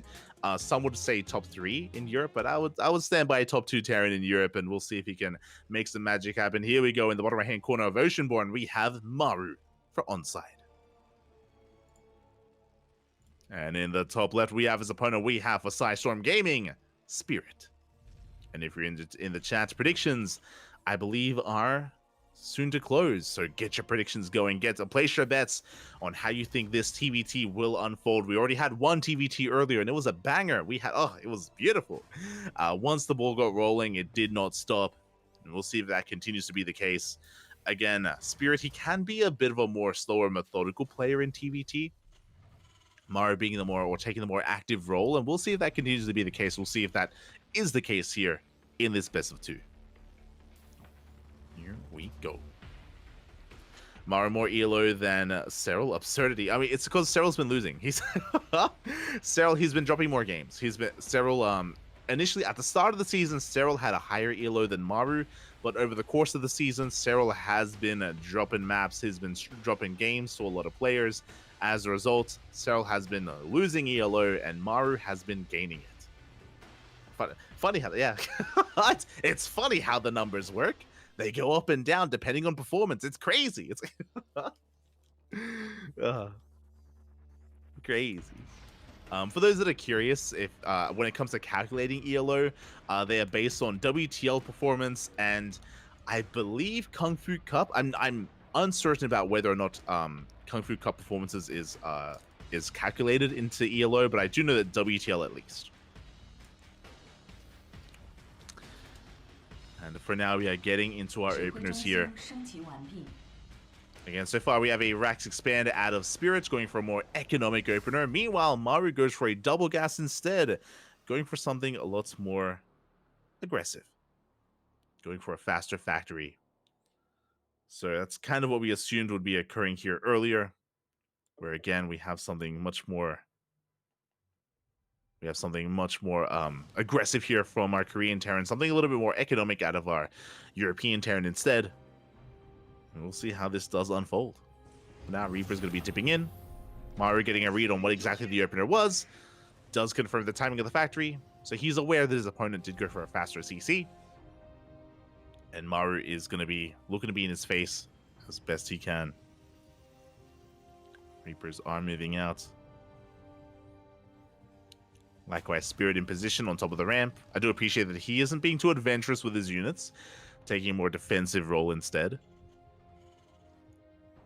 Maru looking for a way in, looking for any damage. Hellions are coming out to reinforce. Cyclone is not too far behind.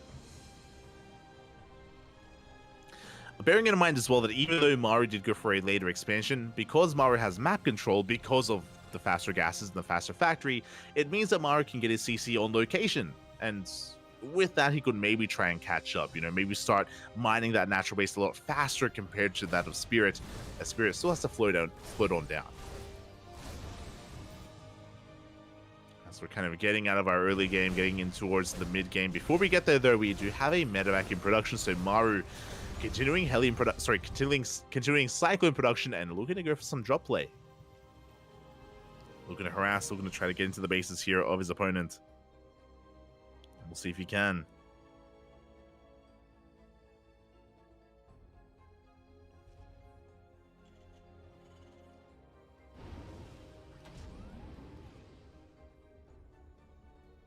That's 4 now. We are getting into this, and there we go. The drops are upon us. Medevac is pushing out. We have our Marines, Reapers on the ground. Now, because the medevacs, we could try to bypass this wall and go up into the main instead. And it looks like that's what Maru is maybe thinking of. There we go, as he rotates over towards the right-hand side. Heading for that main base. We can see our 1-1-1 setup from Spirit going and investing into Interference Matrix, into those Ravens. And the drop does slip into the mineral line. SCVs are going to be focused down. Only 2 of them for the time being, and we get the hell out of there. Just a slight amount of damage, but remember, killing 2 workers evens things up, because Spirit did have a more economic opener. So with that, Maru, he's catching up in the economy, going for a depot as well. So far, gaining quite a lot of value here. Oh, even supply blocking Spirit. Behind this, Maru getting a CC on location.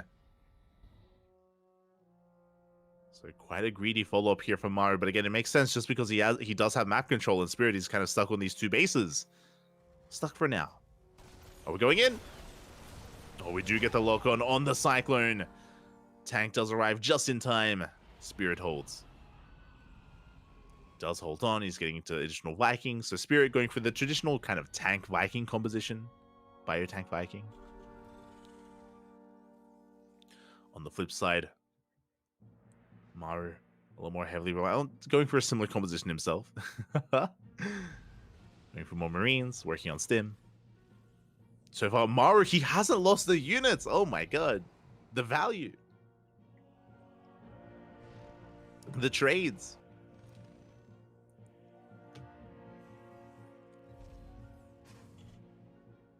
Trades here have been impressive.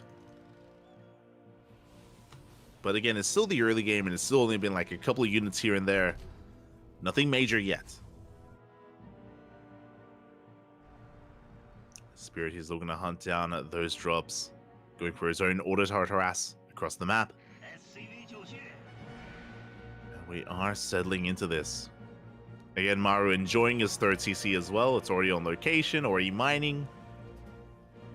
Maru taking an even greater economic lead.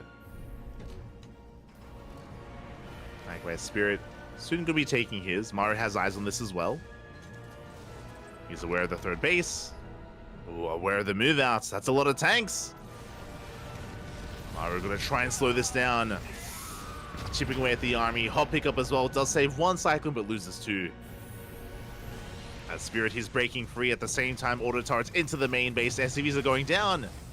A reaction there from Maru. It's going to be 3 dead SCVs. He wants to try to catch that Raven. Oh. At the same time, though, as this distraction is going on, Spirit is pushing towards that third. Decent lock-ons. The Disables! Oh my god! The Disables are insane, and Maru, he's just swallowing Spirit up. There's nothing here. There's nothing left. Every tank is going to go down. That's the entire army of Spirit gone. And Maru can counterattack. If he did, his goal would be to deny the third base. For now, the Raven is keeping him back at home. Ooh. Buying some time, getting some SCVs. But here we go. Maru is pushing. And Spirit, he is in trouble. He's down to half the army supply of his opponent. We do have 2 tanks in position. A couple of Marines, a couple of Vikings. Spirit, he needs to make his stand here and now.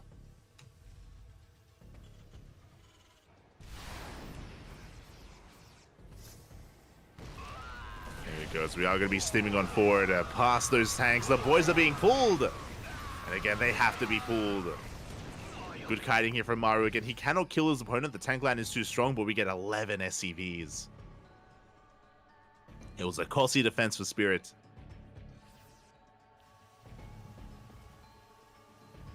Behind this is getting into the rest of his production. 4 CC on location for Maru. My god. All these bases from Maru, they've all been on location just because of how active he is on the map. Going for a drop on the left hand side. Vikings are in position this time. Spirit. Yeah, he does shut down that medevac. Gonna be a kill. Good pick off here from Spirits. At the same time, the auto start harass does not stop.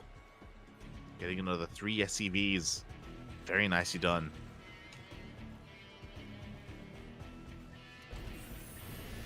Spirit, he is fighting back. He's still on at a deficit. He's still down in workers and down in army, but he's getting these small wins in here and there, slowly adding up over time. Maru's still being very active. He's already got 1-1, 2-2s on the way. Spirit quite far behind here in his own upgrades. His upgrades are a little bit disjointed.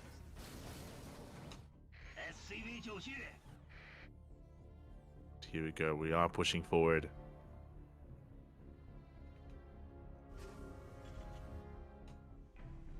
Scan's going to be thrown down. Maru, like, he doesn't have to push in. Like, he knows that he's ahead economically. Like, he can just calm things down. Built up his forces. Look to shut down any drop play. The Raven coming back in. Oh my god. This Raven. over the course of this game, I want to say has killed like maybe what, 8, 9 SCVs, 10, 14. Oh my god, that's 14 kills. Jesus. I think that's, yeah, 14. Because the 10 is the HP it's on.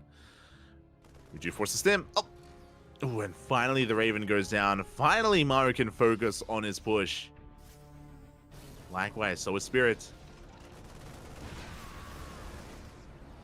It is 4 CCs on the way, forcing a siege. The SCVs! The SCVs are exposed. 7 go down. Maru getting ready for a drop on the right-hand side. He does drag these Vikings a bit out of position. And we're going straight for the 3rd CC. There are no tanks here. Workers are going down, even more of them.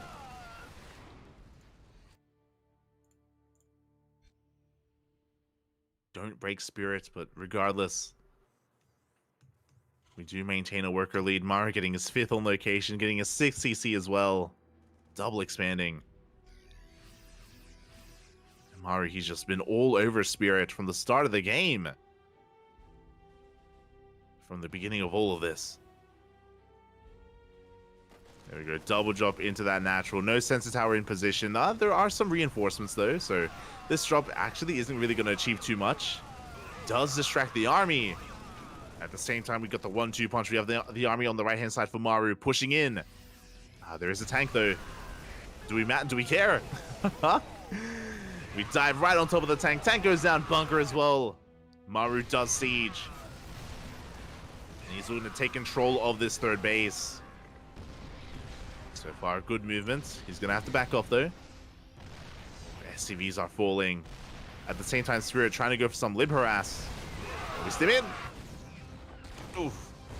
It's a brutal stim from Maru, but he's losing SCVs back at home. SCVs are going down.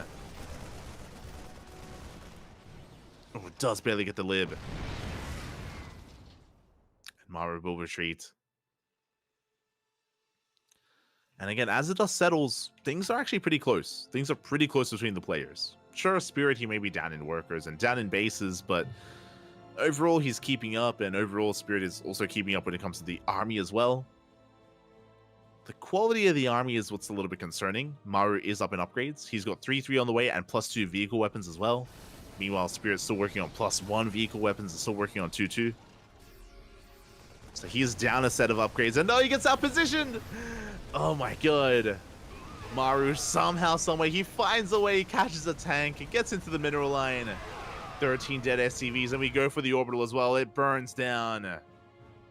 Not like this. A big blow to the economy of Spirit.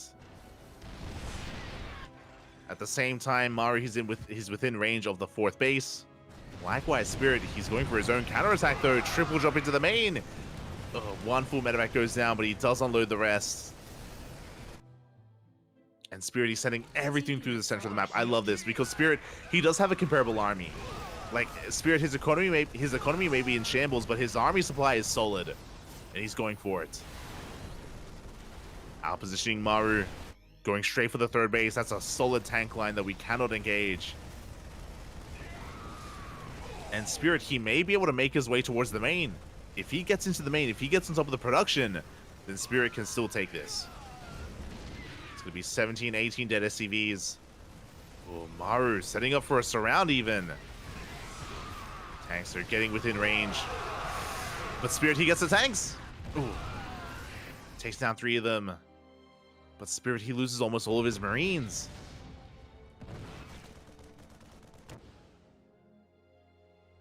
Marines are going down. We catch some more tanks back at home. Good control here out of Maru, finding these tanks. Likewise, we've got that 1 Marine in the main base going ham. Maru's turning back around. He wants to collapse on these tanks. Again, there's very little to support them. A handful of Marines and mainly Vikings. But the tanks, they're getting within range. Boys are being pulled. Oh my god, so many tank shots going to be going off, but we dive on the army. The Vikings land, which means we can drop on the tanks, and Spirit is being cleaned up. Everything is going down, and this is all that Spirit had. His army supply plummets. He did kill some workers, is technically ahead in the worker count, but Maru has so many more bases. It was a bit of a Hail Mary play for Spirit. He's scanning, he gets eyes on the bases of his opponent. Tanks are sieging. Big tank shot's going to be going off. Yeah, and Spirit's once again being cleaned up. This is all he has left here. Just a handful of reinforcements. GG gets called, and Maru will take game number 1. GG. Again, in basically almost full control of that entire game. Maru just containing his opponent, expanding freely, going for a constant drop play, picking up SCVs, Marines, tanks, wherever he could. Really nice play there out of Maru, and eventually forcing Spirit all in. And that all in was terrifying. It was a scary push from Spirit. He had a very high tank count. Vikings went through right the center of the map. Just an all-in move there out of Spirit, and achieved quite a lot, did well for himself, but he was running out of steam. He had no way to reinforce, no way to support that army, and eventually he got cleaned up. Eventually, Maru did shut him down, and with that, Maru takes game 1, and it's going to be on Spirit to pick game 2. Where are we going? Where are we headed here? It is, of course, loser's pick. It's going to be Spirit's map of choice. And based on his playstyle, I imagine we want a larger map. I imagine Alcyone is on the table. I wouldn't go as far as to say Radisson Station, but there it is. Alcyone is going to be up next. It makes sense. Based on Spirit's playstyle, if he's the kind of player that wants to just like get up to 4 or 5 bases securely, you know, get into a stable mid game, be able to defend against all these drop plays and get into a stable setup, this is the map to go for. Scream Spirit.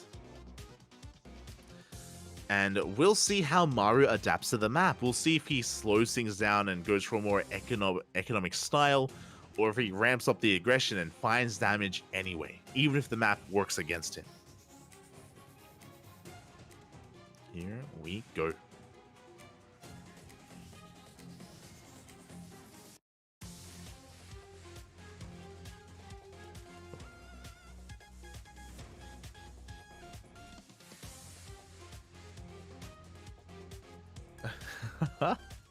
But yeah, for now, we're just getting ready for that lobby. Just going to be setting things up here for our next series, for our next game. Again, still this is our first best of 2 of this Team League match. And here we go. We're loading on in. And in the bottom left-hand corner of Alcyone, we have the South Korean Terran player. It is Maru for onside. And in the top right, we have for Psystorm Gaming, Spirit.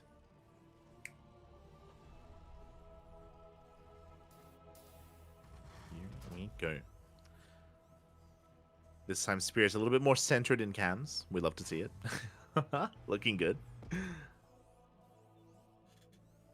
And I imagine that our players are going to be going for Rax Expands. I imagine we're going to be going for economic openers. Both players, I mean. I know Spirit did it on Oceanborn.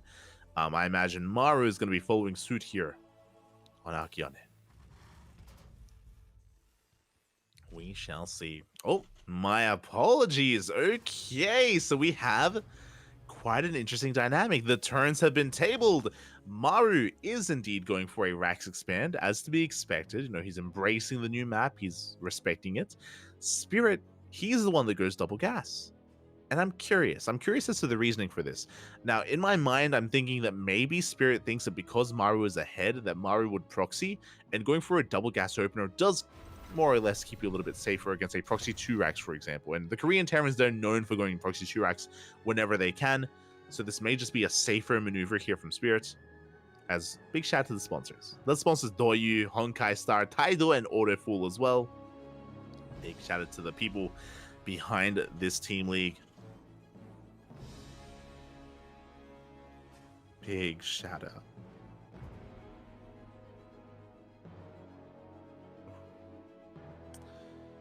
And yeah, with that, we are going to be settling into this. Settling into our game. Okay, my eyes are more or less going to be on Spirit here to see what he's able to accomplish with his opener. Getting into his factory.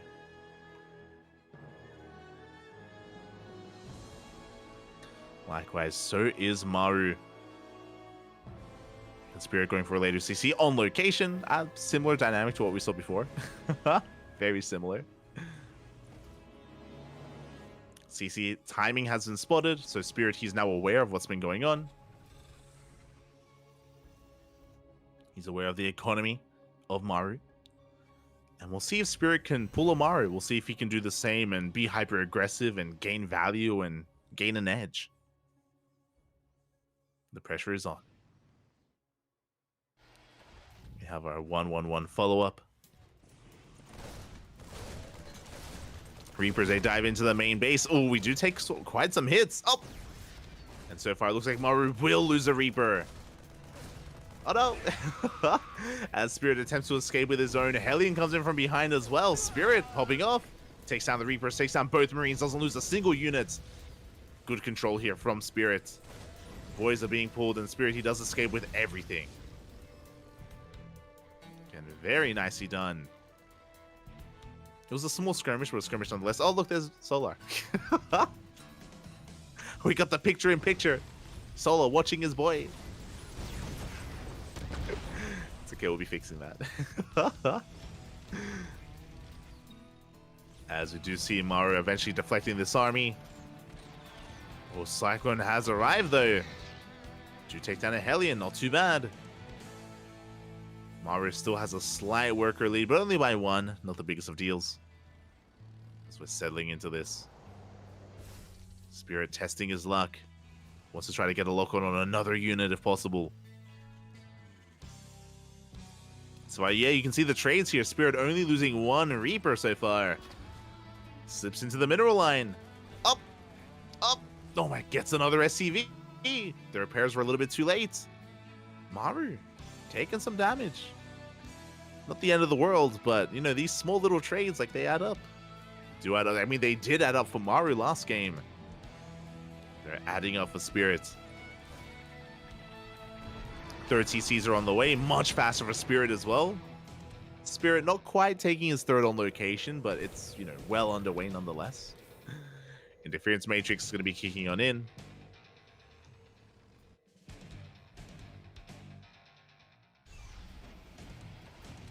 You see additional Raxes on the way. We have our 3-1-1 setup here from Spirit. Likewise, Maru getting into his own opener or his own setup as well. And things are going to be settling down. We had, again, a little bit of a dynamic start, but things will be calming down from here. As both players get into their third bases. Double E-bays on the way. Third TCs, which is already done here for Spirit. It's going to be landing on location. Far faster than that of Maru. Maru, he's aware. He did see the timing of that CC. He saw the progression on it. So he's aware. Can't quite do anything about it yet. But at least he knows that he can focus on his production and his upgrades. And we are now getting into the mid-game.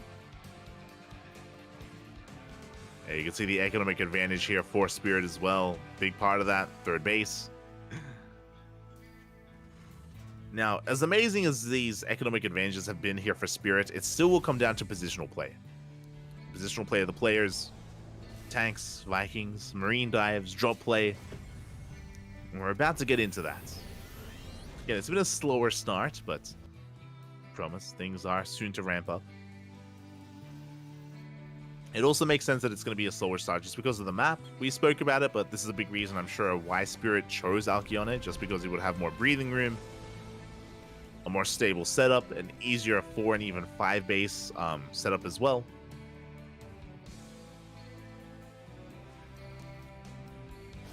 Is the big advantage here of Alcyone. So now we have that third on the way for Maru. And again, now that Spirit has a worker lead or an economic lead, we'll see what he's able to accomplish with it. We'll see if, like Maru, he's able to flex his larger army, go for constant drop play. If he takes a more defensive stance, I'm going to be a little bit concerned for him. Because he's going to be giving the opportunity for Maru to catch back up in a way. Scan into the main, reveals the army. There we go, we have some drop play moving out. I believe the scan may have just caught wind of that. Yeah, it did. Scan revealed the drop, so you can see that Spirit, he unloads just outside the scan range. Expecting his opponent quite a bit. You see Maru just taking a defensive position here at the third. What's important is that Maru, based on what we saw in the Data C, like, kind of era of StarCraft, he's more than willing to turtle up. It's Maru. He likes it, but he likes it. As I say that, though, he's going to be pushing out. Oh! Good tank belly's going off. Big anti-armor missile as well on both players. Maru is going to be chased back. Reinforcements are on the way. Spirit pushing on forward. Plenty of energy on these Ravens. And even going for a double drop at the same time. The goal here, Spirit, he wants to try to keep the attention on his main army. Going for a tri-pronged attack. We got a double drop into the main, double drop into the natural, and then main army towards the third. So far, Maru has no idea. He scans. He should see that the medevacs are missing. He should notice that. Speaking of, there they are. They drop into the main. Late reaction from Maru.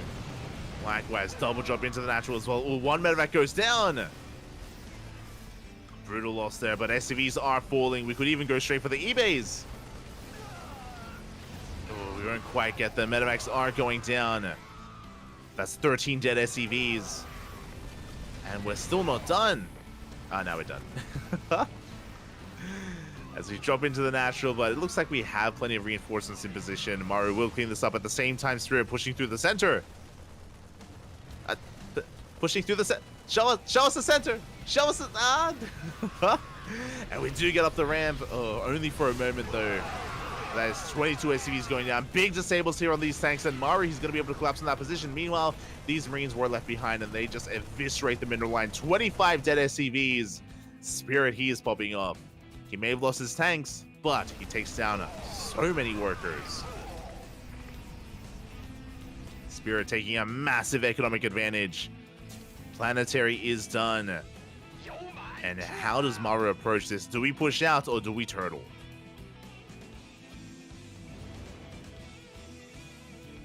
Spirit, he is not slowing down. Going for a doom drop towards the main. Oh my god, that's 4 full medevacs. Full of Marines. Beeline to the main base. Meanwhile, Maru is moving out through the center, but he may run into tanks. Remember, the tanks are being left at home. We have to make a choice. We go for the 4th. We're going for the 4th base, not the main. Oh, that's going to be a kill. Oh my god, that's barely going to be a kill. Spirit taking a rough trade with his Marines, but he did take down the 4th, containing Maru to 3 bases. And Spirit, he is snowballing out of control. Again, Maru, he wanted to gain some MMR. Maru, he wanted to break into that 1k range, but Spirit is here to deny him. Oh boy. As again, he's just waiting for Maru to reveal himself. The Marine army hasn't spotted. And that should be the trigger. That should be go time for Spirit. He knows where Maru is.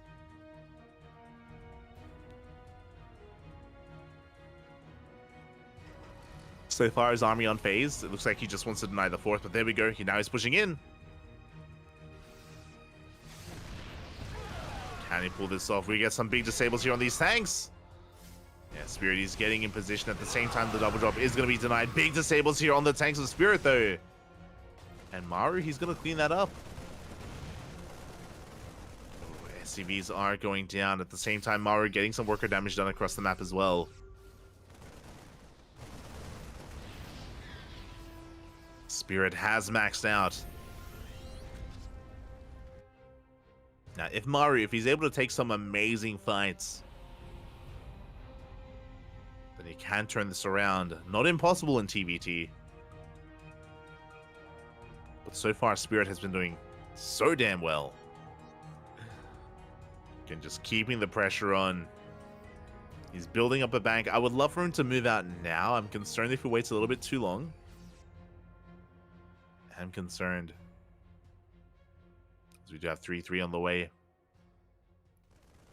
Maru once again up in vehicle weapon upgrades. Spirit is taking another base.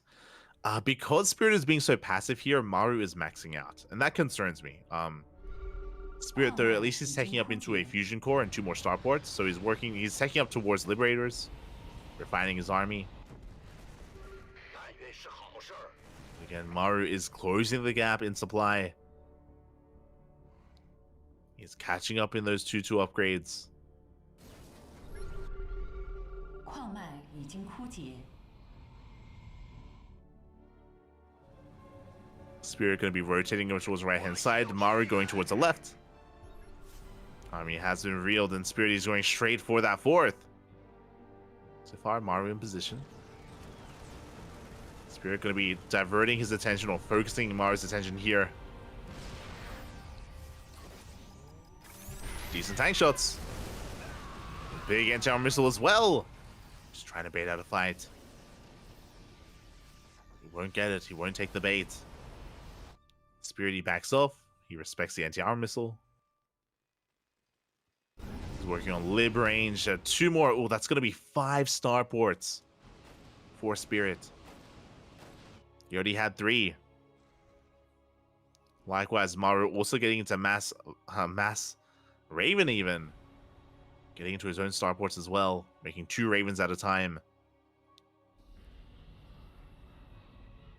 So what's scary is that even though Spirit has 3-3, it's not really about the Marines anymore. Or soon it's not going to be. Soon it's going to be about the air control.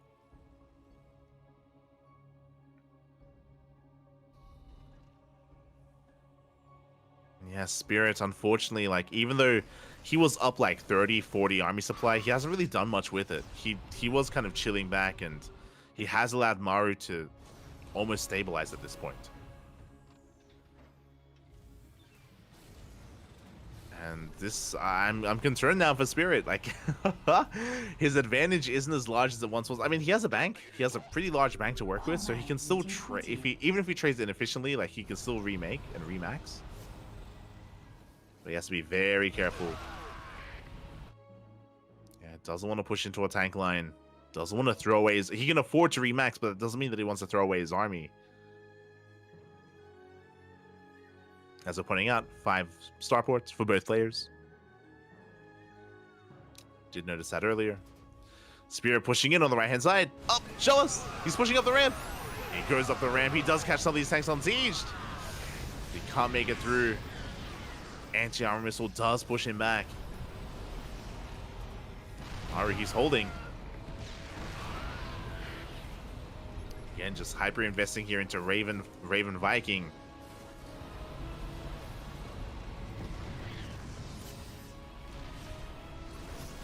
Spirit likewise making 9 Vikings at a time. He's aware that it's all about the air now. All about the air control. All about the battle in the sky. This is like late game TVT. Like, it starts off with all about like tank, like bio tank. But as the game progresses, it's all about air control. Clutch on siege.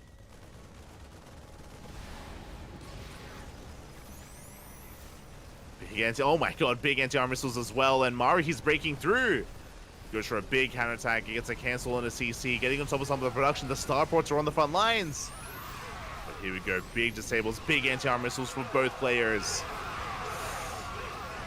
Spirit though, can he break through this? Okay, the tanks are disabled. It looks like he barely isn't. The ground army doesn't make it through. The Vikings have to land. The Vikings land, but we're going to be losing so many of them. Spirit, he has enough. He does have enough in the end. He does hold on. And remember, Spirit, he had a bank to burn through. Maru didn't. Despite that, supplies looking similar. Spirit, remaxing. And he still has plenty of minerals and gas. Maru keeping up. Again, it was a close fight. In the end, Spirit did lose a couple too many Vikings. We're looking at the unit type here. Maru up heavily in tanks. Up in tanks, up in Vikings, up in Ravens. The Raven count was reset. Ooh, that's brutal. Spirit, he needs to recognize that, and we can't see the production tab, but hopefully Spirit is remaking those Ravens. Oh, he's going into libs. He made a wave of 7 libs. not bad. It is a way to gain control of the ground. So even though Spirit has less tanks, because of all these Liberators, he can, of course, you know, supplement that with libs instead of tanks. Is arguably better. Meanwhile, Maru doubling down on Raven production. Ghoster on the way. Yamato here from Spirit. He's thinking about that ultra late game of of BCV BC.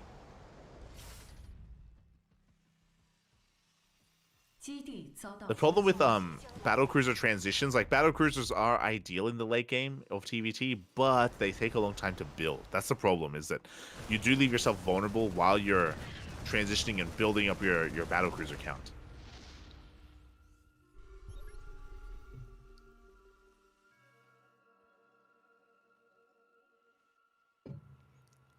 As scans are thrown down, players trying to keep their eye on each other. Any kind of like big advantage that Spirit once had isn't really there anymore. I guess tech or upgrades are still in Spirit's favor, in a way. Spirit is working on +3 ship weapons. Meanwhile, Maru is still working on +2. Maru does lose the CC, and he's going right through the center with his army.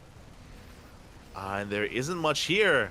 Spirit, he's out of position. Does he turn around or does he go for his own kill on another base? And he does turn around. Yeah,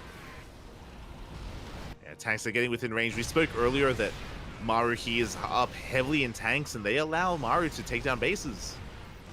Planetaries are falling. It's going to be one dead planetary. Big nuke here on the army. Maru, does he notice? He does. He pulls back.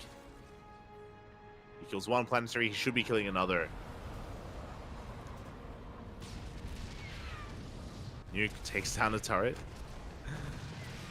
But yeah, Maru doing well, killing 2 bases. He lost 1. Better trade for Maru. Kills 13 SCVs, and Maru will retreat back home. The turret's done. Random turret was made. Should be shut down as well. Oh, gets a medevac. No, gets 2. Oh my god, the value turrets killed 2 medevacs. Ay, ay, ay. As we do see Maru pushing right through the middle, bypassing some of these libs as well. Once again, Spirit out of position. He's on the right-hand side. And another CC is going to fall. Once again. Not just a CC, 15 SCVs and counting. The entire mineral line goes down. Maru just out-positioning his opponent here in the late game. Vikings are going to be bullying Maru back. Battlecruiser production has commenced for Spirit. I think +3 attack did complete. +3 ship weapons, I should say. Maru pivoting away. Spirit trying to double expand.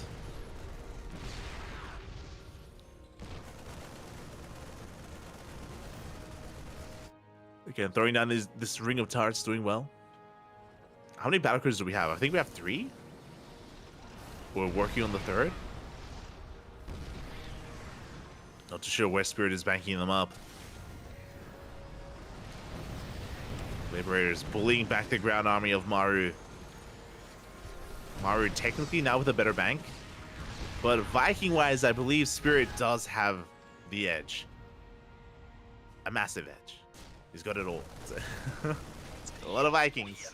Meanwhile, Maru, instead of going Viking, he went for a Raven-heavy composition. He said, no, the BC goes down to the turrets. Oh my god, a big misstep there from Spirit. First battlecruiser goes down. Another 2 bases fall as well. Spirit, he cannot contest against this army. Not with pure Viking. Once again, losing CCs. Maru not letting up. Anti-armor missile does connect. That is going to be giving Maru some time. He just keeps rotating back and forth, repositioning, looking for another CC that he just keeps on killing. But now it looks like finally Maru's going to be rotating over towards the right-hand side where the fresh mining bases are for Spirit. Maru's looking to shut down some of these bases, and we'll see if he can. We'll see if Spirit can keep up this time. He's scanning ahead of time. Liberator sieging in the middle. But Maru, he just goes straight for the edge. He catches some of these turrets, catches some tanks as well. He's going straight for the planetary. And once again, Spirit is one step behind.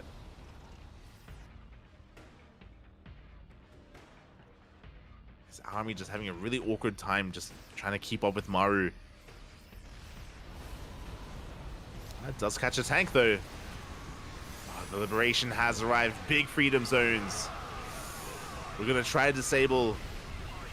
But again, Spirit, he should win the fight in the air. Too many Vikings.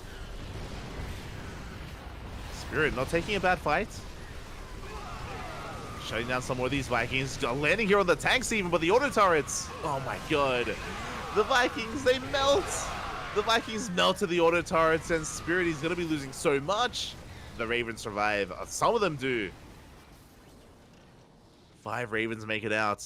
Spirit, he's going to keep on pushing, but he just lost he lost all his Vikings. Lost his Vikings. He's down to Marine tank. He lost everything in the air. Does catch a tank. Going for a big counterattack. Getting on top of the goal base. But Maru, he's the first to remax. We do have a nuke.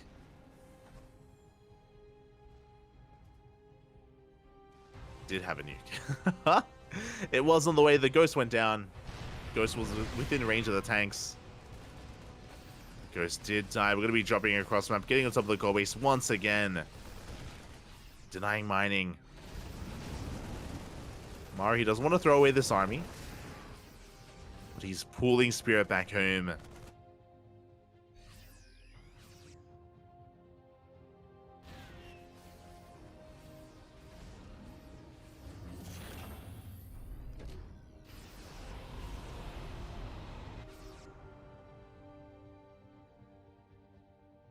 Both players have maxed out. Maru, he's got the better bank. I would love to see the units tab, actually. I do. We're looking at upgrades, but...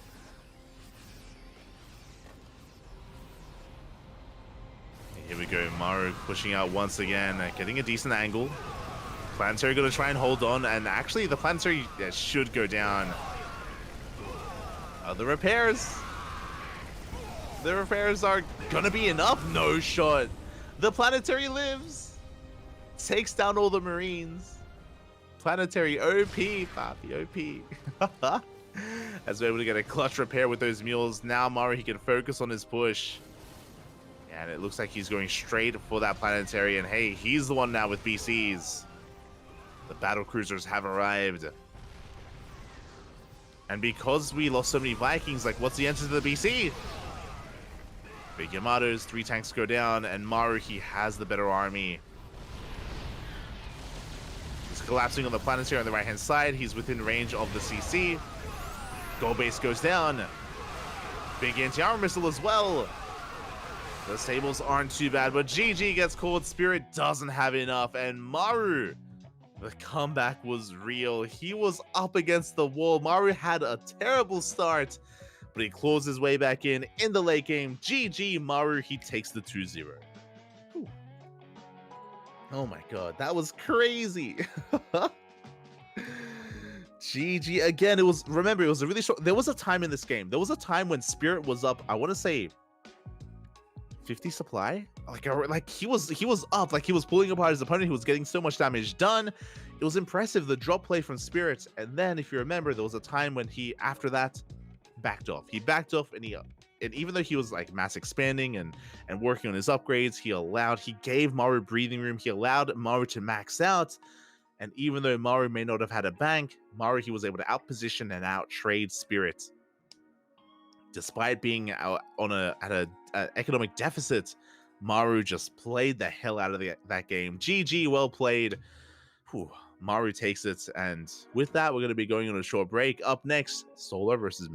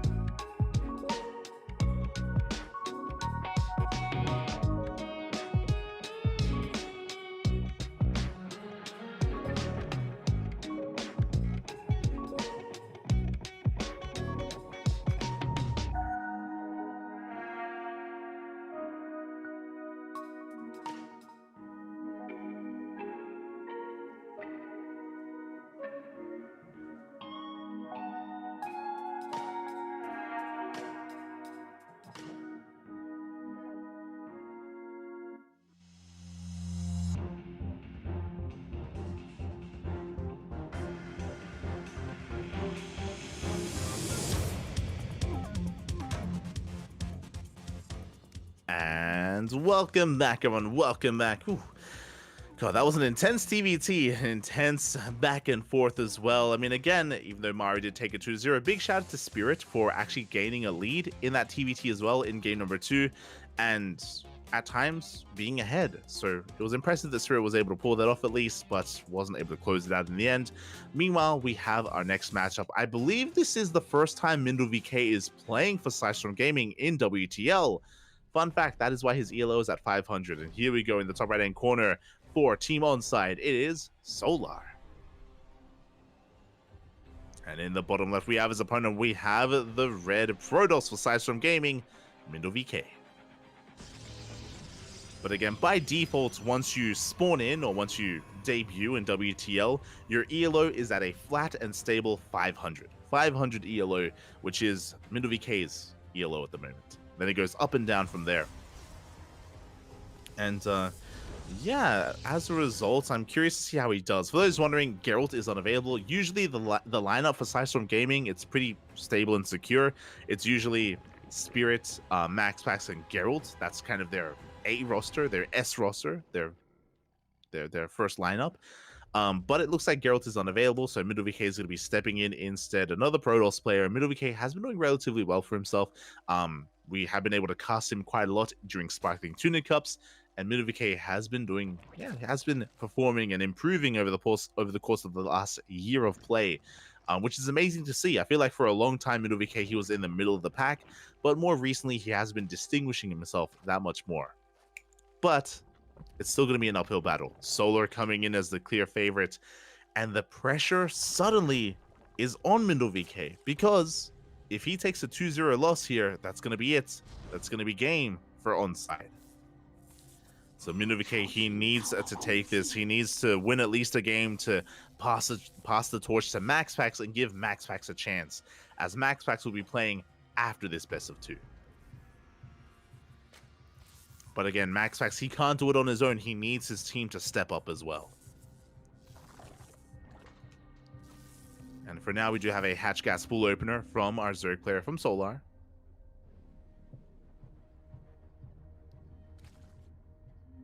Likewise, behind this, Mindle VK going for his own gate expand into Cybercore.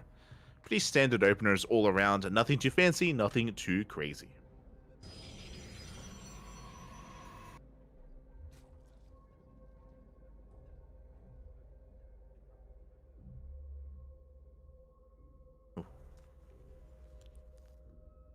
See in the chat, the game gave me a sour taste. I mean, again, like, it's one of those things where I do really appreciate that Spirit was able to get himself in a commanding position. From there, though, that's where he did kind of struggle a little bit to really close it out, or as is being stated, or even contain Maru to like a 3-base setup or even a 4-base setup, a 3-base setup most likely.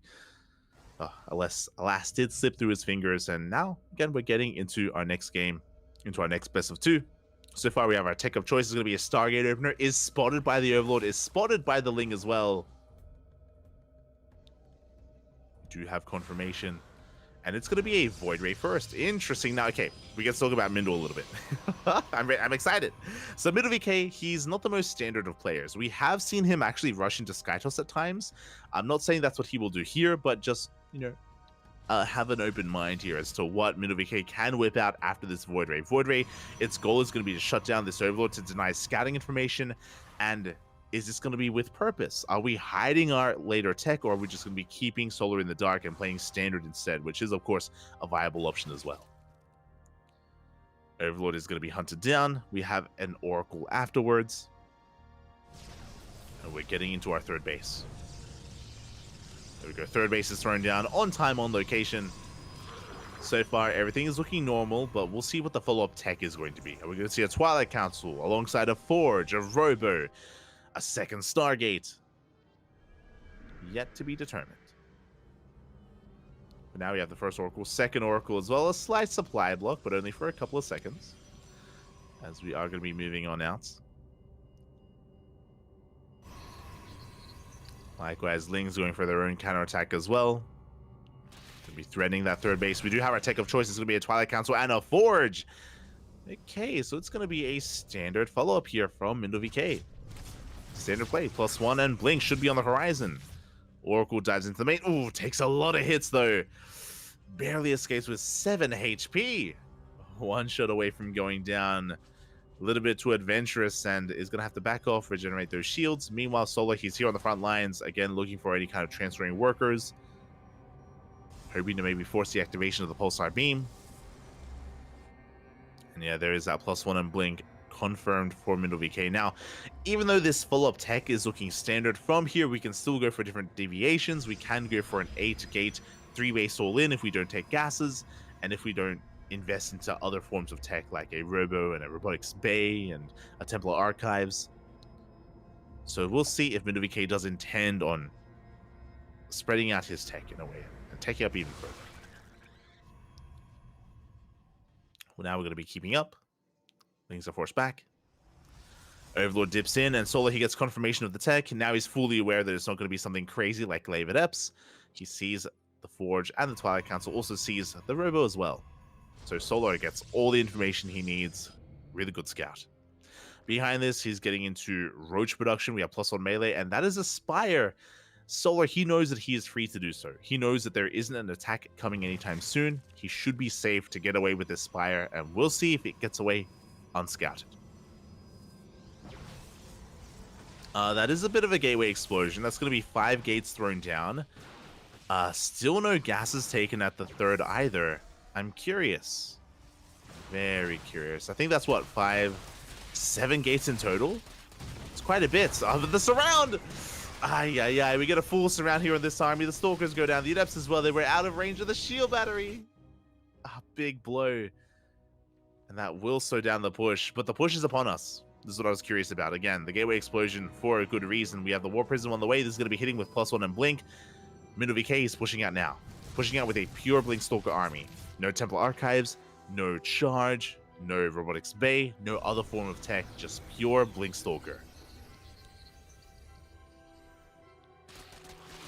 Here we go. And if Solar drones up too much, if he banks up his resources, which he is, there we go, 8 mutas are on the way. These mutas aren't going to help in the defense. In a way, they will. These mutas are going to be able to shut down the War Prism at least, if they're involved. Otherwise, they have to go for a counterattack, and Solar, he has to defend with his ground army. And here we go, we're pushing out. 3 more gates on the way. I think that's 10 gates, by the way, for Middle VK. It is a 3-base all-in. 3-base all-in from the Protoss. Stalkers have arrived, doing a decent amount of damage to these Lings. And again, we need a ground army. We need to focus, hyperfixate here on Ling, Roach, Ravager. Wild's going to be zoning back the army. Muta's going for a big counterattack, but we have shield batteries. We have shield batteries, we have stack defense.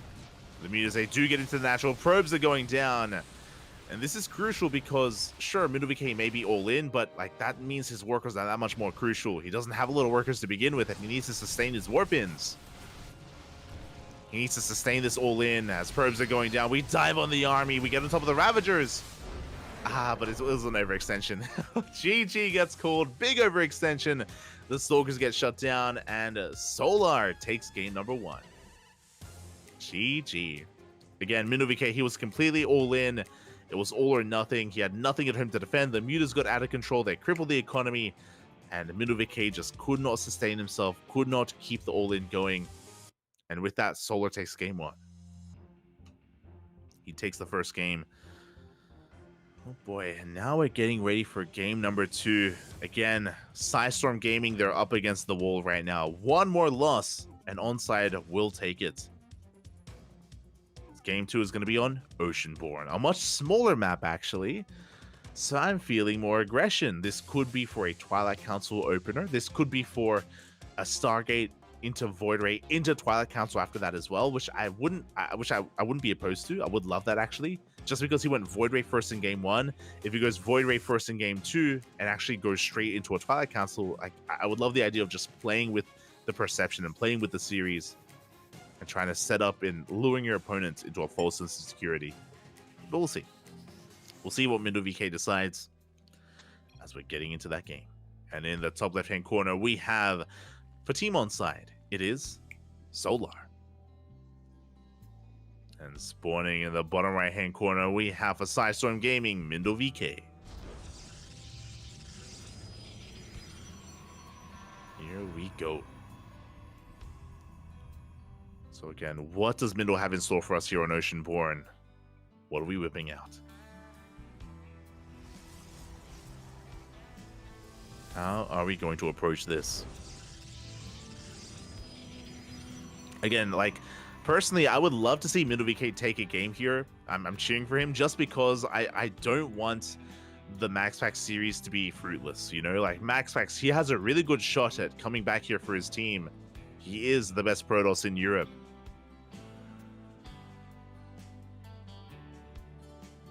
We'll see if we can get that. As so far, we do see Mindle VK coming in for a probe scout. Getting an eye here on the production on the opener. Again, hatch gas pool, standard opener here out of Solar. Mindle VK does confirm that. He's going to be a little bit annoying, trying to force some inefficient mining here from Solar as well. As Mindle VK goes for a gate expand into the Cyber Core. So everything's looking as it should. No early gases, no Roche Rush, no 2-gate opener from Mindle VK. And everything is looking normal for now.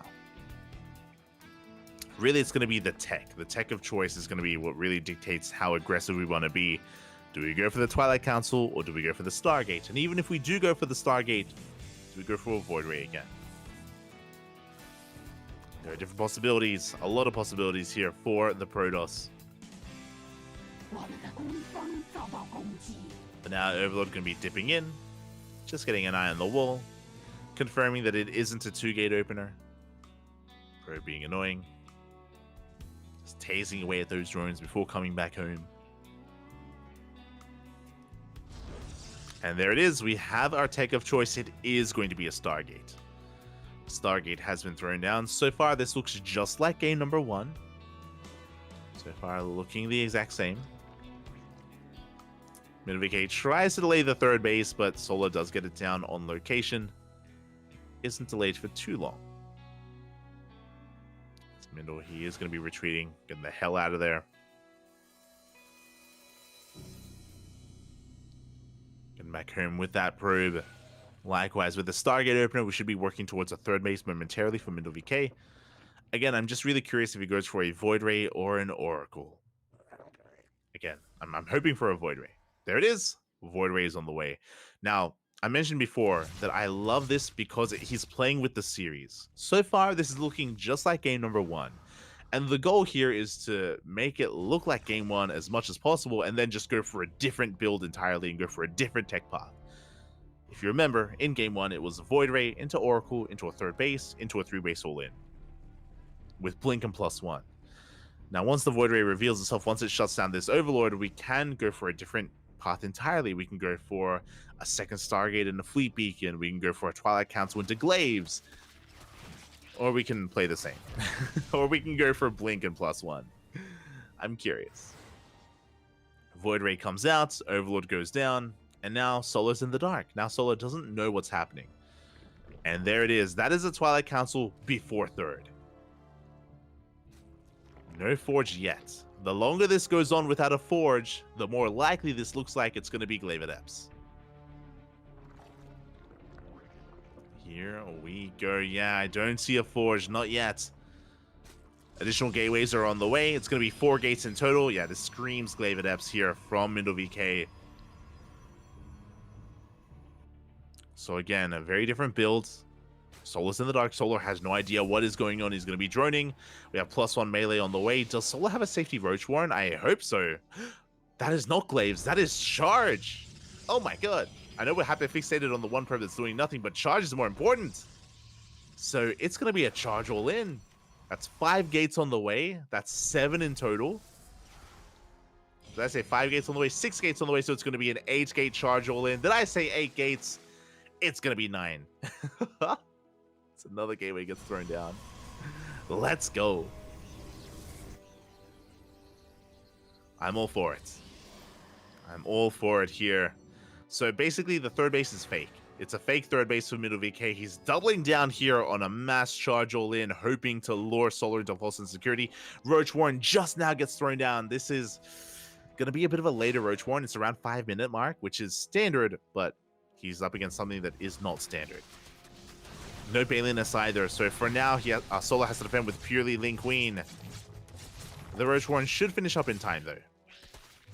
Oh, a lot lost mine time. The Adepts, they do threaten that third base. Eventually, they get shut down. That's a lot of damage done, though. And here it is. Again, no gases were taken at the natural. No gas mining in the main. It's all or nothing here for Middle VK. Oh, at the same time, though, we do have a big Link counterattack. And I believe we do get eyes on the lack of saturation. Solar, he should be piecing this together. And here we go. The all-in is coming.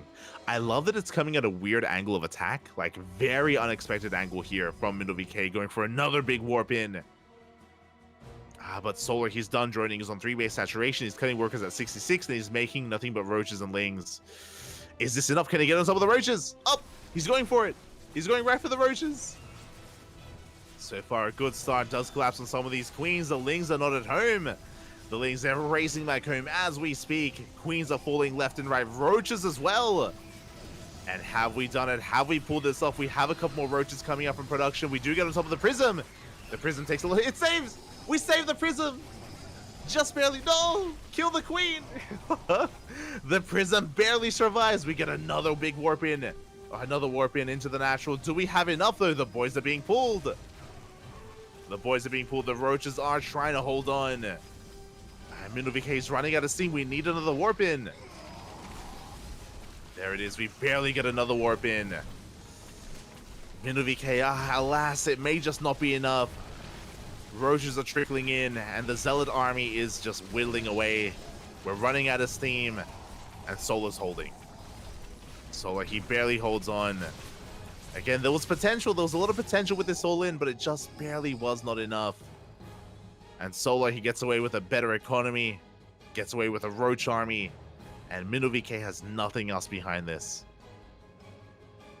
Nothing else back at home. He starts up an Immortal, but it's too little too late. The Roach army is knocking down his front door.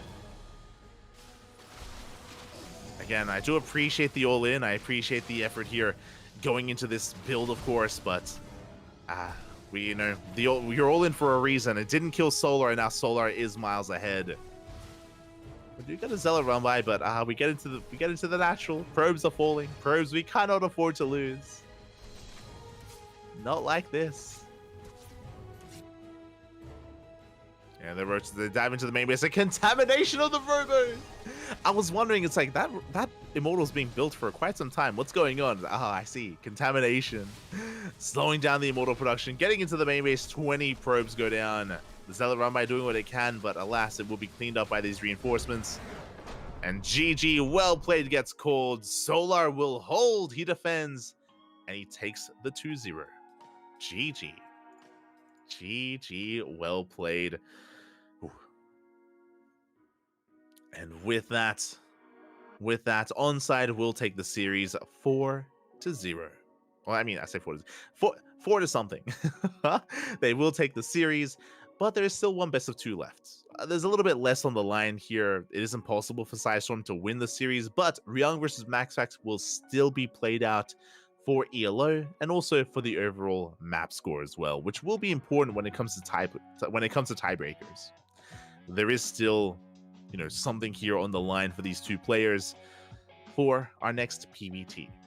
Going to be going on a short break, very short break. When we return, we'll have our next best of 2, our final best of 2 of the night.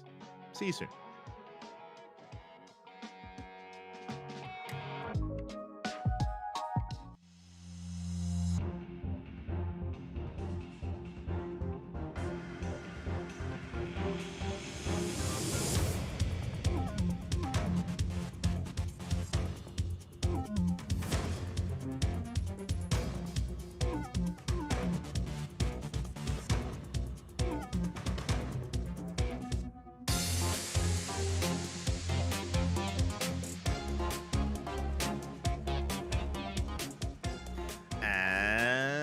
Welcome back. Again, a very short break here as the players are raring and ready to go. And Here it is, a TVP between Ryung and Maxax. Maxax, of course, being the best Protoss in Europe. Ryung being the Tuna Terran himself, and he has popped up from time to time. We have seen Ryung take down players like Hero in the past, and Classic, and Showtime. Ryung, he's been looking damn impressive in TVP, but we'll see if he can take down Maxfax. Beating Showtime and Hero is one thing, Maxfax is another. As Ryung, oh, he's getting ready to, he's harnessing the inner Terran. Getting ready to smooch. I love it. Here we go. Game 1 is going to be on Equilibrium. Again, Ryung, he is one of the weaker players on onside, but hey, when you're teammates with Solar and Maru, it's hard to stand out. And here we go in the top right hand corner. We have 4 onside. It is Ryung. And in the top left, we have his opponent. We have for Psystorm Gaming, Maxpax. The ace player for Psystorm. This is the best chance for Psystorm Gaming to put some points on the board, to fight back in some way and stop the 6-0. We'll see if he can pull it off. We'll see what Ryung has in store for us as well. Again, a big fan of Ryung. He's one of those players where he can have these like really big power spike moments. Where I mentioned before, we've seen Ryung defeat Dark, Hero, Showtime, all these big names. But he's not the most consistent player, you know? Like, he has to be feeling good on the day at the time. Again, every now and then he goes Super Saiyan. It's like once every month or something. Like once a month, and then he goes on cooldown. And he has to like hibernate and then build back up, and then bam, once again he takes out another big name. Then he has to go back to bed. He has to hibernate again. So we'll see. We'll see if this is going to be one of those moments. We'll see if he can pop off. For now, Probe is going to be threatening that main, going to be diving in, getting a full scout. We do see an economic opener out of Ryung. It's going to be a Rax Expand. Should be throwing down that CC momentarily. Meanwhile, Maxfax, going for a Zealot first. It looks like he has identified the economic opener of Ryung, and Maxfax wants to try to punish it. Oh my god! Going straight for the gold! And this is something that you can pull off in PvT. We've seen a lot of Protoss players take the gold base on Equilibrium, very similar to Royal Blood last season. Royal Blood was another one of those maps where Protoss players, if they go for an opener, a tech path to gain map control, they can get away with taking these gold bases, and it can be very difficult for the Terrans to really deny them and really punish them. Yeah, we saw it a lot on Royal Blood. We're seeing it here on Equilibrium. Do love to see it. Here we go. So far, Ryung, he hasn't scouted. He has not spotted that gold base. He is in the dark. He checks. He sees a lack of natural. Reaper is on the way. Was about to check the gold, but does pull back. Again, the Zealot is on the way, and I'm sure Ryung, his attention is on shutting down that Zealot, making sure that his CC on location gets up and running without too much issue. And that does mean that Maxfax is getting away with the gold. Meanwhile, behind this, we have our tech of choice. We have our, build of choice for Ryung. It's Rax Expand into a 3 Rax. We have a 3 Rax build here from Ryung, building up his bio army. Meanwhile, Maxfax goes for a Stargate. Okay, so we got a Stargate opener against a 3 Rax. This is ideal for Ryung, by the way, especially considering the natural bases are or the bases of Maxfax are split up. It's going to be very difficult to defend both his gold and his main at the same time. He's going to have to pick and choose. Likewise, Ryung can pick and choose where he attacks. As he scouts with his Reaper, he does get eyes on the gold. He's going to threaten it for a moment, but the shield battery is finishing up. Reaper should be hunted down by the Adept. And the Reaper will fall. But at least Ryung is aware. Meanwhile, that Zealot and Adept, they're still wreaking havoc. They're still getting damage done, forcing a lot of lost mine time here from Ryung. Eventually, he will take control of his natural. Eventually, he'll be able to mine. But for now, he is going to be stuck behind this. Oh, and interesting. Okay, so Maxfax went for a Stargate opener, but he's not going into Phoenixes. He goes Oracle, then into a Twilight Council. This should be for Blink. This should be for a Blink transition. Now, Blink is going to be delayed, but it is going to be a much more effective tool to use to defend against the 3 Racks. So I'm not opposed to it. It's just a bit of a shame that it wasn't a Twilight Council opener to begin with, so it's a little bit less than ideal. As Stim and Combat Shields are on the way, Oracle dives into the main base, going straight for the mineral line. 1 SCV, 2 SCVs go down. We don't quite get a third, but we get a full scout of the main, and we have eyes on all of the production. We see the 3 Racks. We are aware. And there it is, Blink is in production. Again, so usually you don't get Blink after a Stargate opener just because Phoenixes and Stalkers have a similar role. But because MaxPax saw what he was up against, he goes for the Oracle, doesn't make any Phoenixes, and goes into Blink. A little bit of a later Blink, but again, Blink Stalkers will be more effective defensively against this army. As we do need to slow it down, we do need to chip away at it before it gets across the map. Again, Blink is on the way. Forge for +1. MaxPax taking a third base, taking full advantage of his economic boost because of the gold. Rushing into that third. Oracle does get eyes on the army. We should be seeing a gateway explosion momentarily as well to make use of all those minerals. And interesting, so Ryung, he isn't hitting his initial 3-max timing. What I mean by that is usually you move out and hit a stim timing. You know, you move out with your Marines and Marauders, you do move out with stim. Looks like Ryung, because of all the damage he sustained, because of how delayed his mining was at his natural, he's going to be chilling back at home and he's waiting for his medevacs. He's going for his factory, starport's on the way, we should be seeing an add-on swap, and once the medevacs arrive, then Ryung can be active. Oh, Blink isn't done, he catches a Stalker. Not bad. Does get one Stalker, did force a stim though. Again, that starport still in production. Still on the way. Without those medevacs, every stim counts. And yo, we blink into the main. Ryung, he doesn't see. No, he doesn't see. He doesn't know. And the Marauders are being focused down. It looks like we do have enough in position though. Ryung, he bullies this back. Whew. That could have been terrifying. That could have been terrible. That could have been awful for Ryung. He does establish his main. Does force back the army. You see MaxPax trying to pick off Marines if possible. Goes for the Revelation.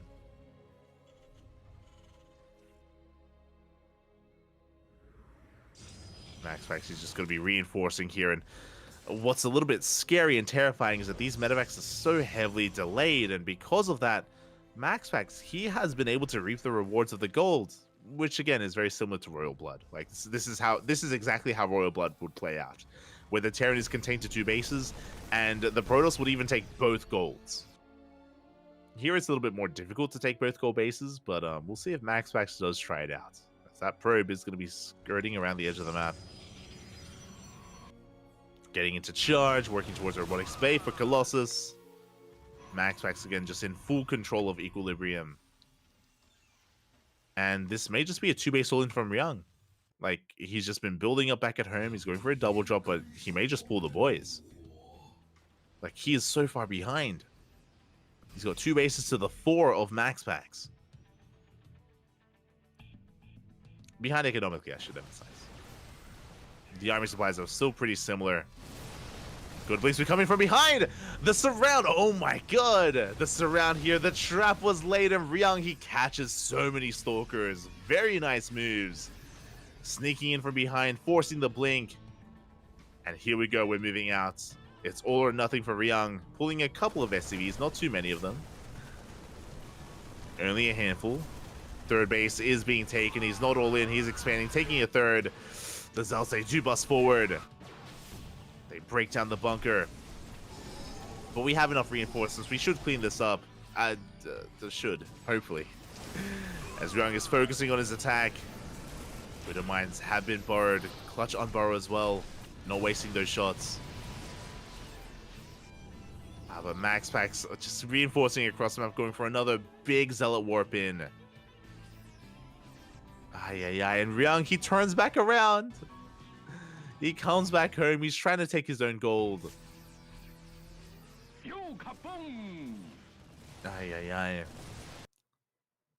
And he will at least shut down this pylon. We'll shut down the proxy, but Zealots have already been warped in.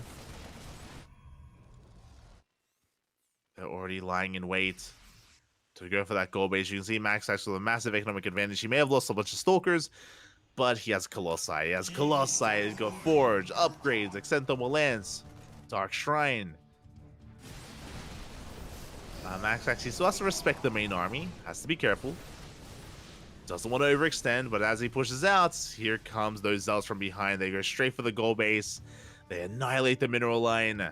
6, 7 SCVs go down.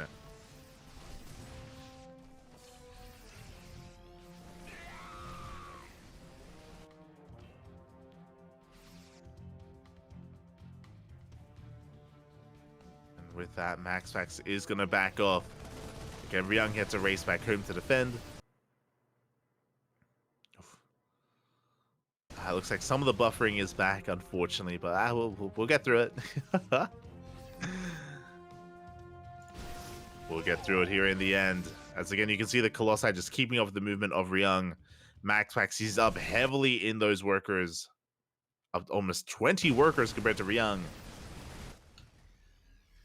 Ryung still has an impressive army. But the Zealot Rambai, they just continue. Oh, the mine shots. Decent mine shots go off, but again, we get into the middle line of Ryung, this time in position. Does keep his workers safe. Does keep them safe and sound. So we go MaxFax pushing on the right-hand side, going straight for that CC.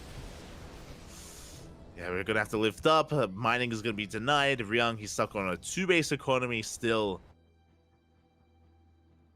And MaxFax is about to max out. It's 20 supply from maxing out. Ryung falling further and further behind. You can see that Ryung, he just wants to break free. He just wants to push, but he just can't. The constant Zealot Rambai is so oppressive. Constantly turning him back around.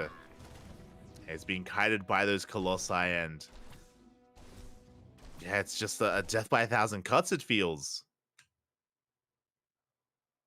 Just MaxFax is just constantly all over him.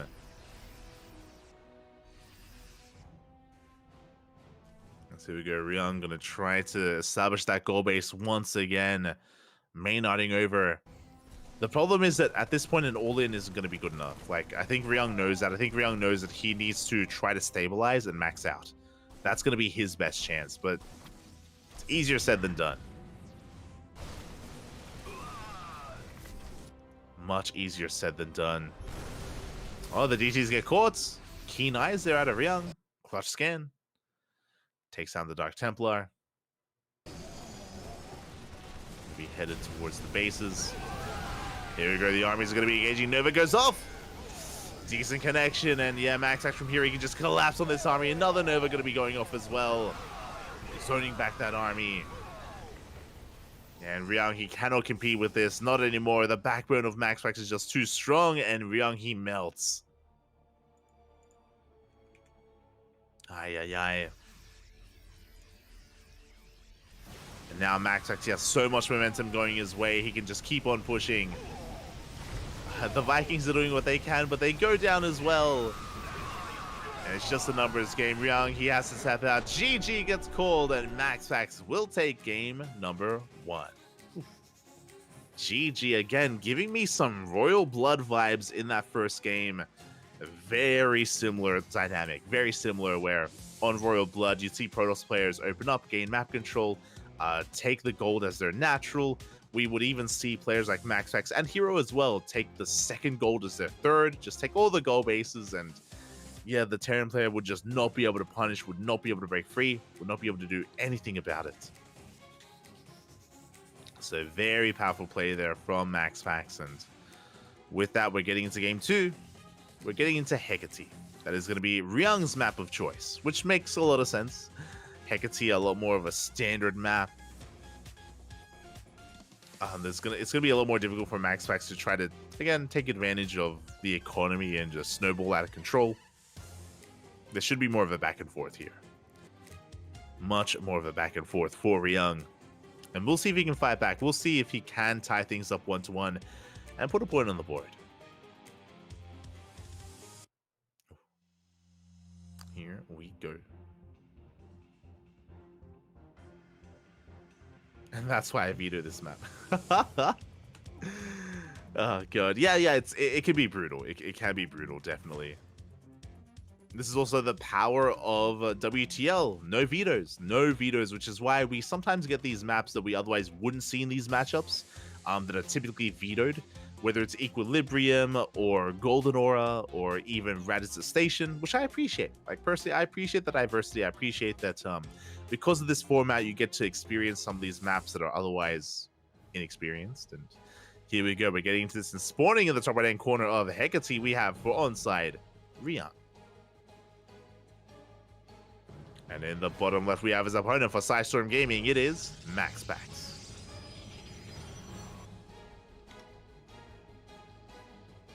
Here we go. Ryung with an SCV going on a bit of a journey, a bit of a trip. Hello, Mr. SCV. As we're going towards the bottom right-hand corner of the map, looking to go for a proxy. There it is. We have a proxy Rax. Now, this is pretty far out. I'm curious. I'm curious if we're going to go for a proxy 1-1. You have my attention. Okay, gases are being taken.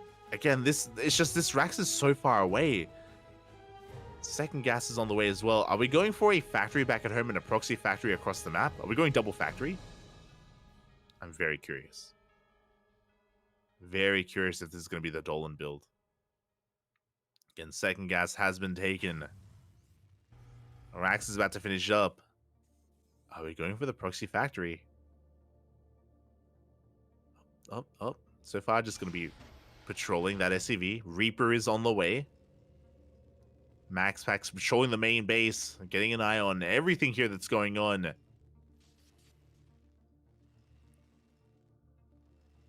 can see Ryung, he wants to try to force this probe out of his main.